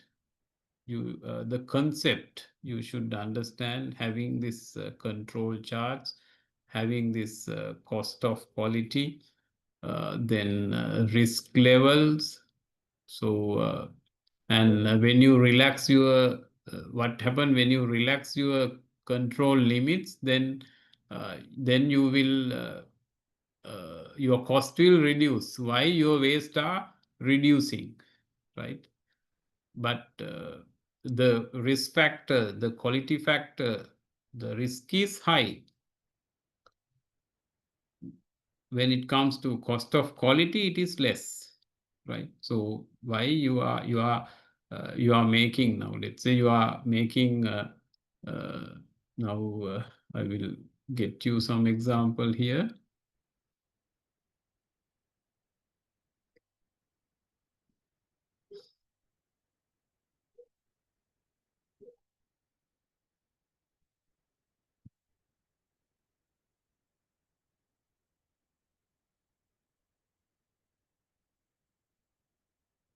Let's say you are making a steel shaft with diameter 50 millimeter, right?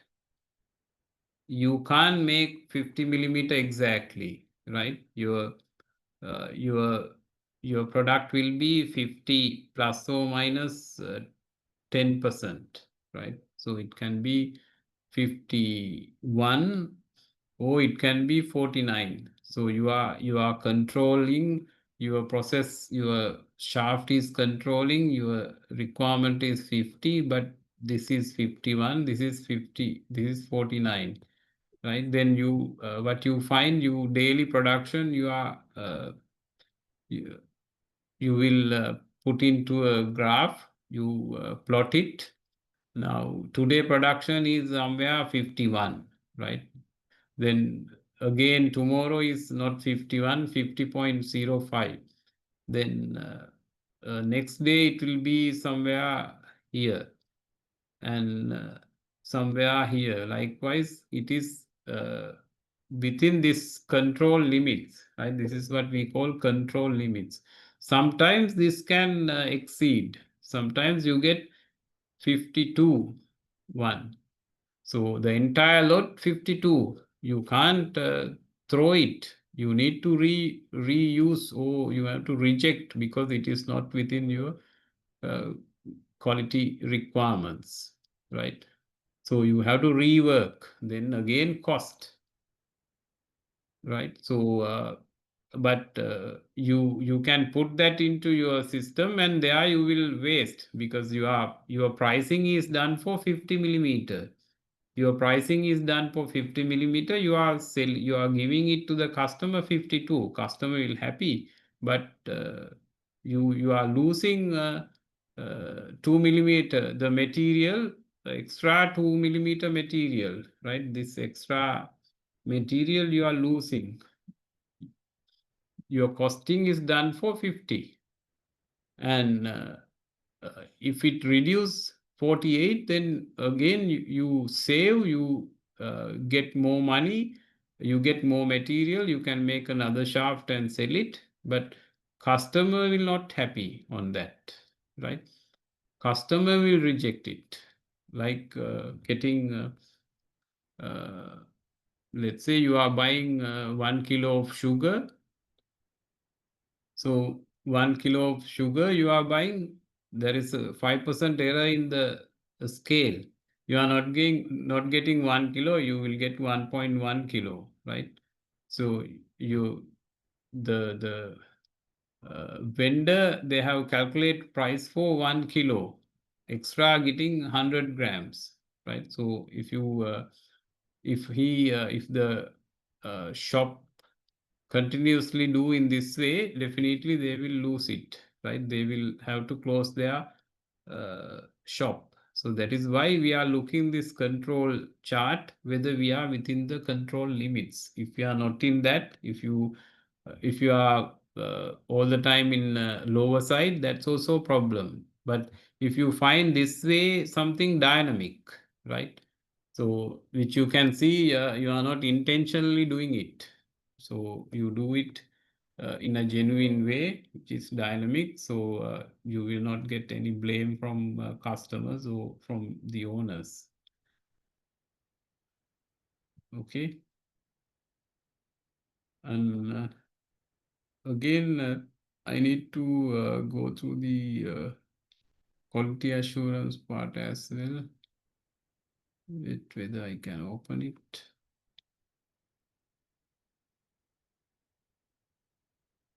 If any questions, you can ask.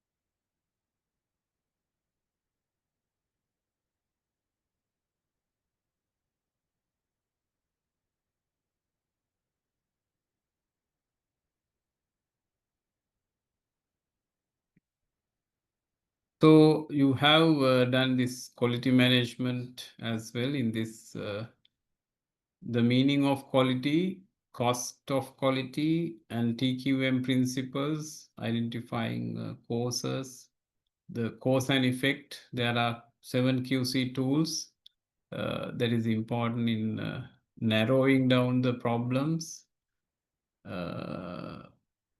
Then 4 items of cost of quality: appraisal cost, internal failures, appraisals, prevention cost, external failure cost. So the explanation must have got you what are these costs, right? So go through this the elements when it comes to external failure cost. What is external failure cost? Can remember? What sort of cost you will get under external failure cost?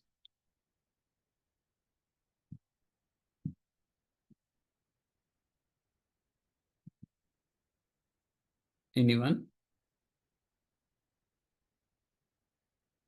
When your product get reject from after selling, now the Toyota sometimes call back all the vehicles, right? Again, that's a cost. After selling the product, customers say, no, this is not good.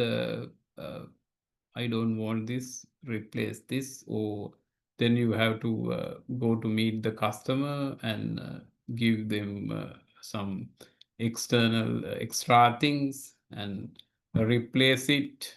And you can't use the product what you got from the customer. You need to put it as reject, right? So all the cost elements involved in that comes under external failure cost. Internal failure cost means the rejections, what you get from the process. When you make a process, you get only 95%, 80% yield, right? Yield mean that is again 10%, 5% go as reject. So that is what we call a scrap, or giving it to scrap buyers. And whatever process you get some waste, right? Rejections, waste. Sometimes this is what I was doing, make it zero. So you can't make it zero from the process. You can improve your process productivity, quality, and all these things, but at least 1 or 2% the rejections will be there. Right? This is again lean manufacturing, what they focus on the reducing waste. Right. So that how you stop. You sometimes the rejection is there. You have to use 3R system. Reduce, you can do recycle, reuse. Right. You do rework. You keep the things away, separate place, and put extra people and rework. Right. Let's say when you make a box, about out of 100 box, 2 or 3 box are getting damaged. So what you do, you keep it separately, and later you replace the box with good ones using manual labor, and put the product back to the finished good, right? Still there is a cost.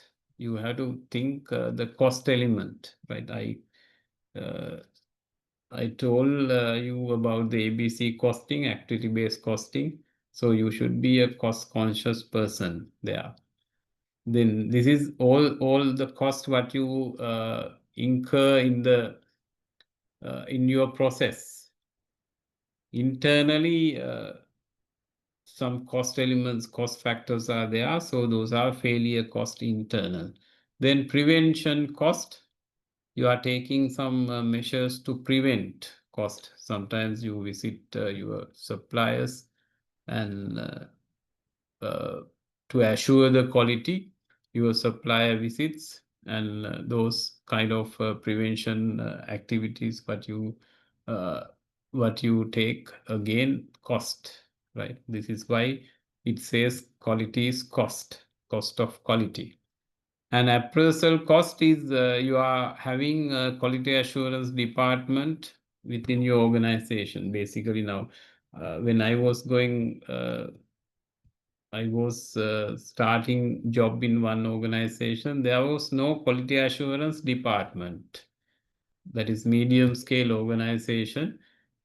No quality assurance department. Then I asked, why don't you have quality assurance department or laboratory and all? Then they said, that's a cost, no point having it. We make our products, but we don't want people to check that it's an extra cost. They are not doing anything. They just walk around. And so that was the thinking, right? So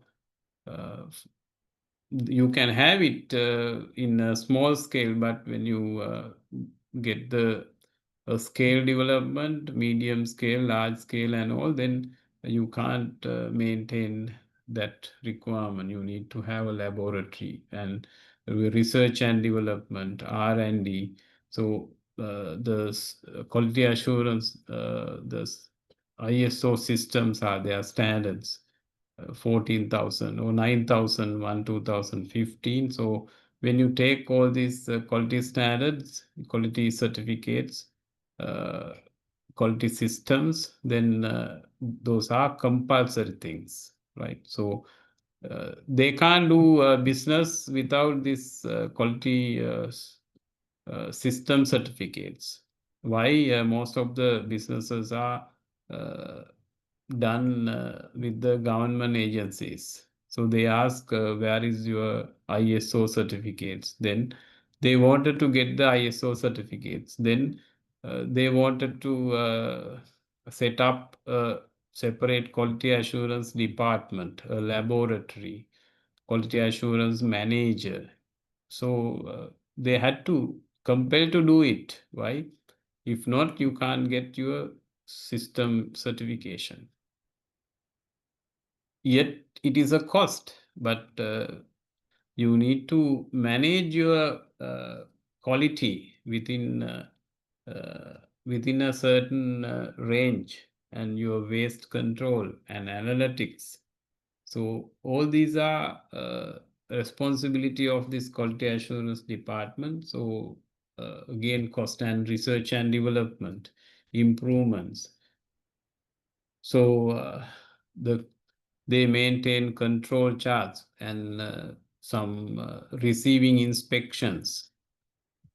So all include, and you gather samples. If you go to SLS, you can see the laboratory, they have a lot of samples. Every container, they need to get samples, right? So those are compulsory. There are products when you import, the standards to be followed. So the standard certification is done by SLS, right? So though they bring some samples and they test it their laboratory and giving certificate whether these parameters are within the stipulated range. Then only the custom release the goods. So those are some cost involvement, right? So the 4 areas you have to remember very clearly, right? So those are the examples and important thing there. And these people are very important. Edward Deming cycle is there. PDCA cycle, Plan, Do, Check, Act. This is the theory underpinning ISO system. PDCA or PDSA. Then Joseph Juran, Phillips Cosby,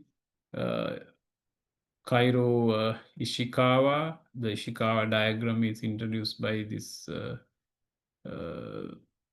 He is the father of this Ishikawa. And then management systems. Why systems are implemented in order to reduce mistakes. When you use systems, you don't find mistakes. So quality management system is kind of this, and the final objective of this quality management system is to have continuous improvement. So what this system do? The system will certify your management. You are practicing better management, right? Your practice is externally audited, internally audited. So that is what the certificate they are giving. But in our country, the factories, the people who obtain systems never practice. You can't find a company running with systems, right? The system is there just to show for the market requirement, marketing purposes, but not for developing their process. And they don't know the objective of having management system. You can see number 10 of the item number 10 of the management's requirement, the system, there is a standard. In that standard, item 9, item 10, which is explaining about the continuous improvement, right? So here you can see a way of life and organization as a whole committed to total customer satisfaction through a continuous process of improvement and contribution and involvement of people. So the people factor is there, and contribution and involvement of people. You are going to satisfy the customer, not the satisfy, delight the customer through continuous process of improvement. So what you find today should not be tomorrow. You have to improve. At a glance, you can find whether this company is using the system, at least running the system. Never. Right? So there are, you can see the format. Now, if you use same format for 10 years, 15 years, which means no change has been happened in that, right? So in there is a way to document. You need to give a reference number. When you revise it, the last date of revision, and when was this process started. Everything in that, there is a way to present the document number. There is a separate procedure for control document, right? And the improvement, where the improvement comes, the continuous improvement is one of the innovations. The smallest innovation we call incremental innovation. So incremental innovation is called continuous improvement. Continuous improvement means small innovation. Then you need to have NCR, right? That is called non-conformity report. How many NCRs you find per month? So the NCR is focused on root cause analysis. You are looking the effect and you are looking the causes. Why, you ask why 5 wives and 1 husband, right? So why you have to ask 5 times, and husband mean H is how. Why? It is called why analysis. You have to ask why it happened. Likewise, you need to go until you get the root cause. So this is the management system. So then TQM is the next development, total quality management, customer-oriented leadership, strategic planning, employment responsibility, continuous improvement again there. Cooperation, statistical method. Statistical method is what the control charts, and you can have Six Sigma and different things, right? So whether you are within the control process.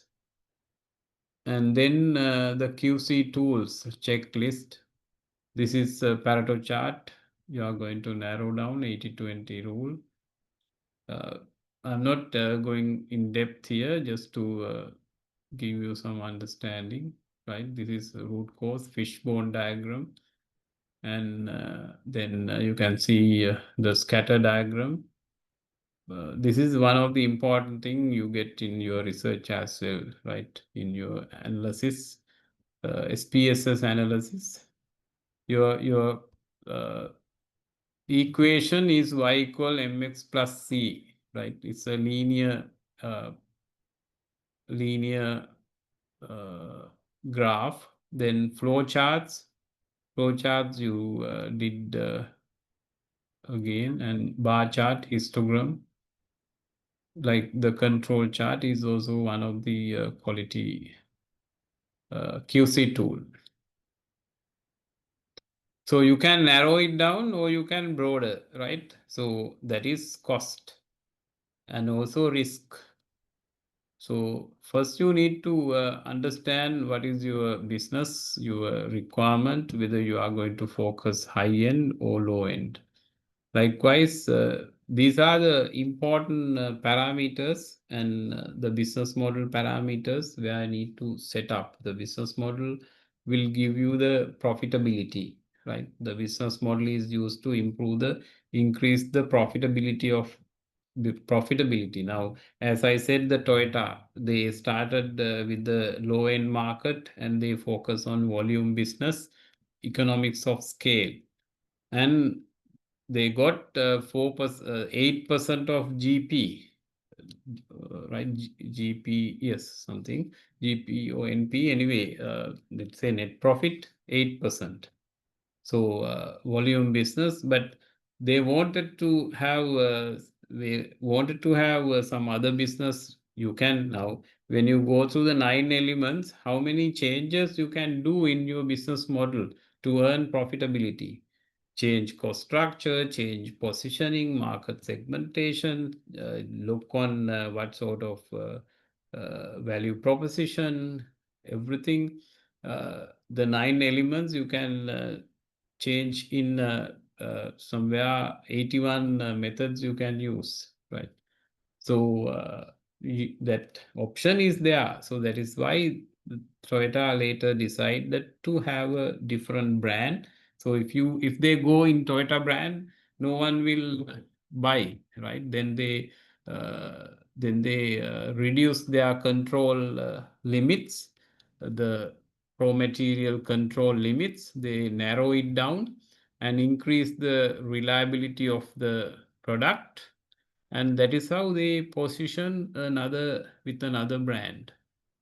The reliability is the important thing, right? When you reduce the control limits of your raw material, definitely you have to specifically buy it at a higher cost, and that you need to recover, and you will not recover with the Toyota brand. That is why they change the entire business model element, right? So then the management system, there are many ISO 9000, 14,000, 50,000, 20,000, 21,000, then 45,000. Likewise, many standards are there. Okay, so these are the things what you find in this, what you learn, right? Any question?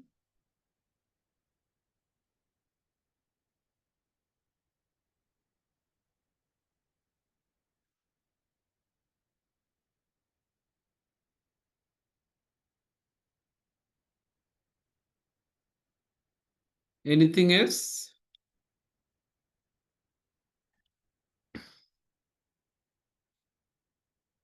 Ganga? Then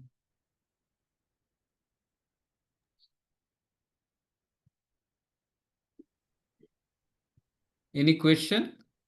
No, sir. No. Okay.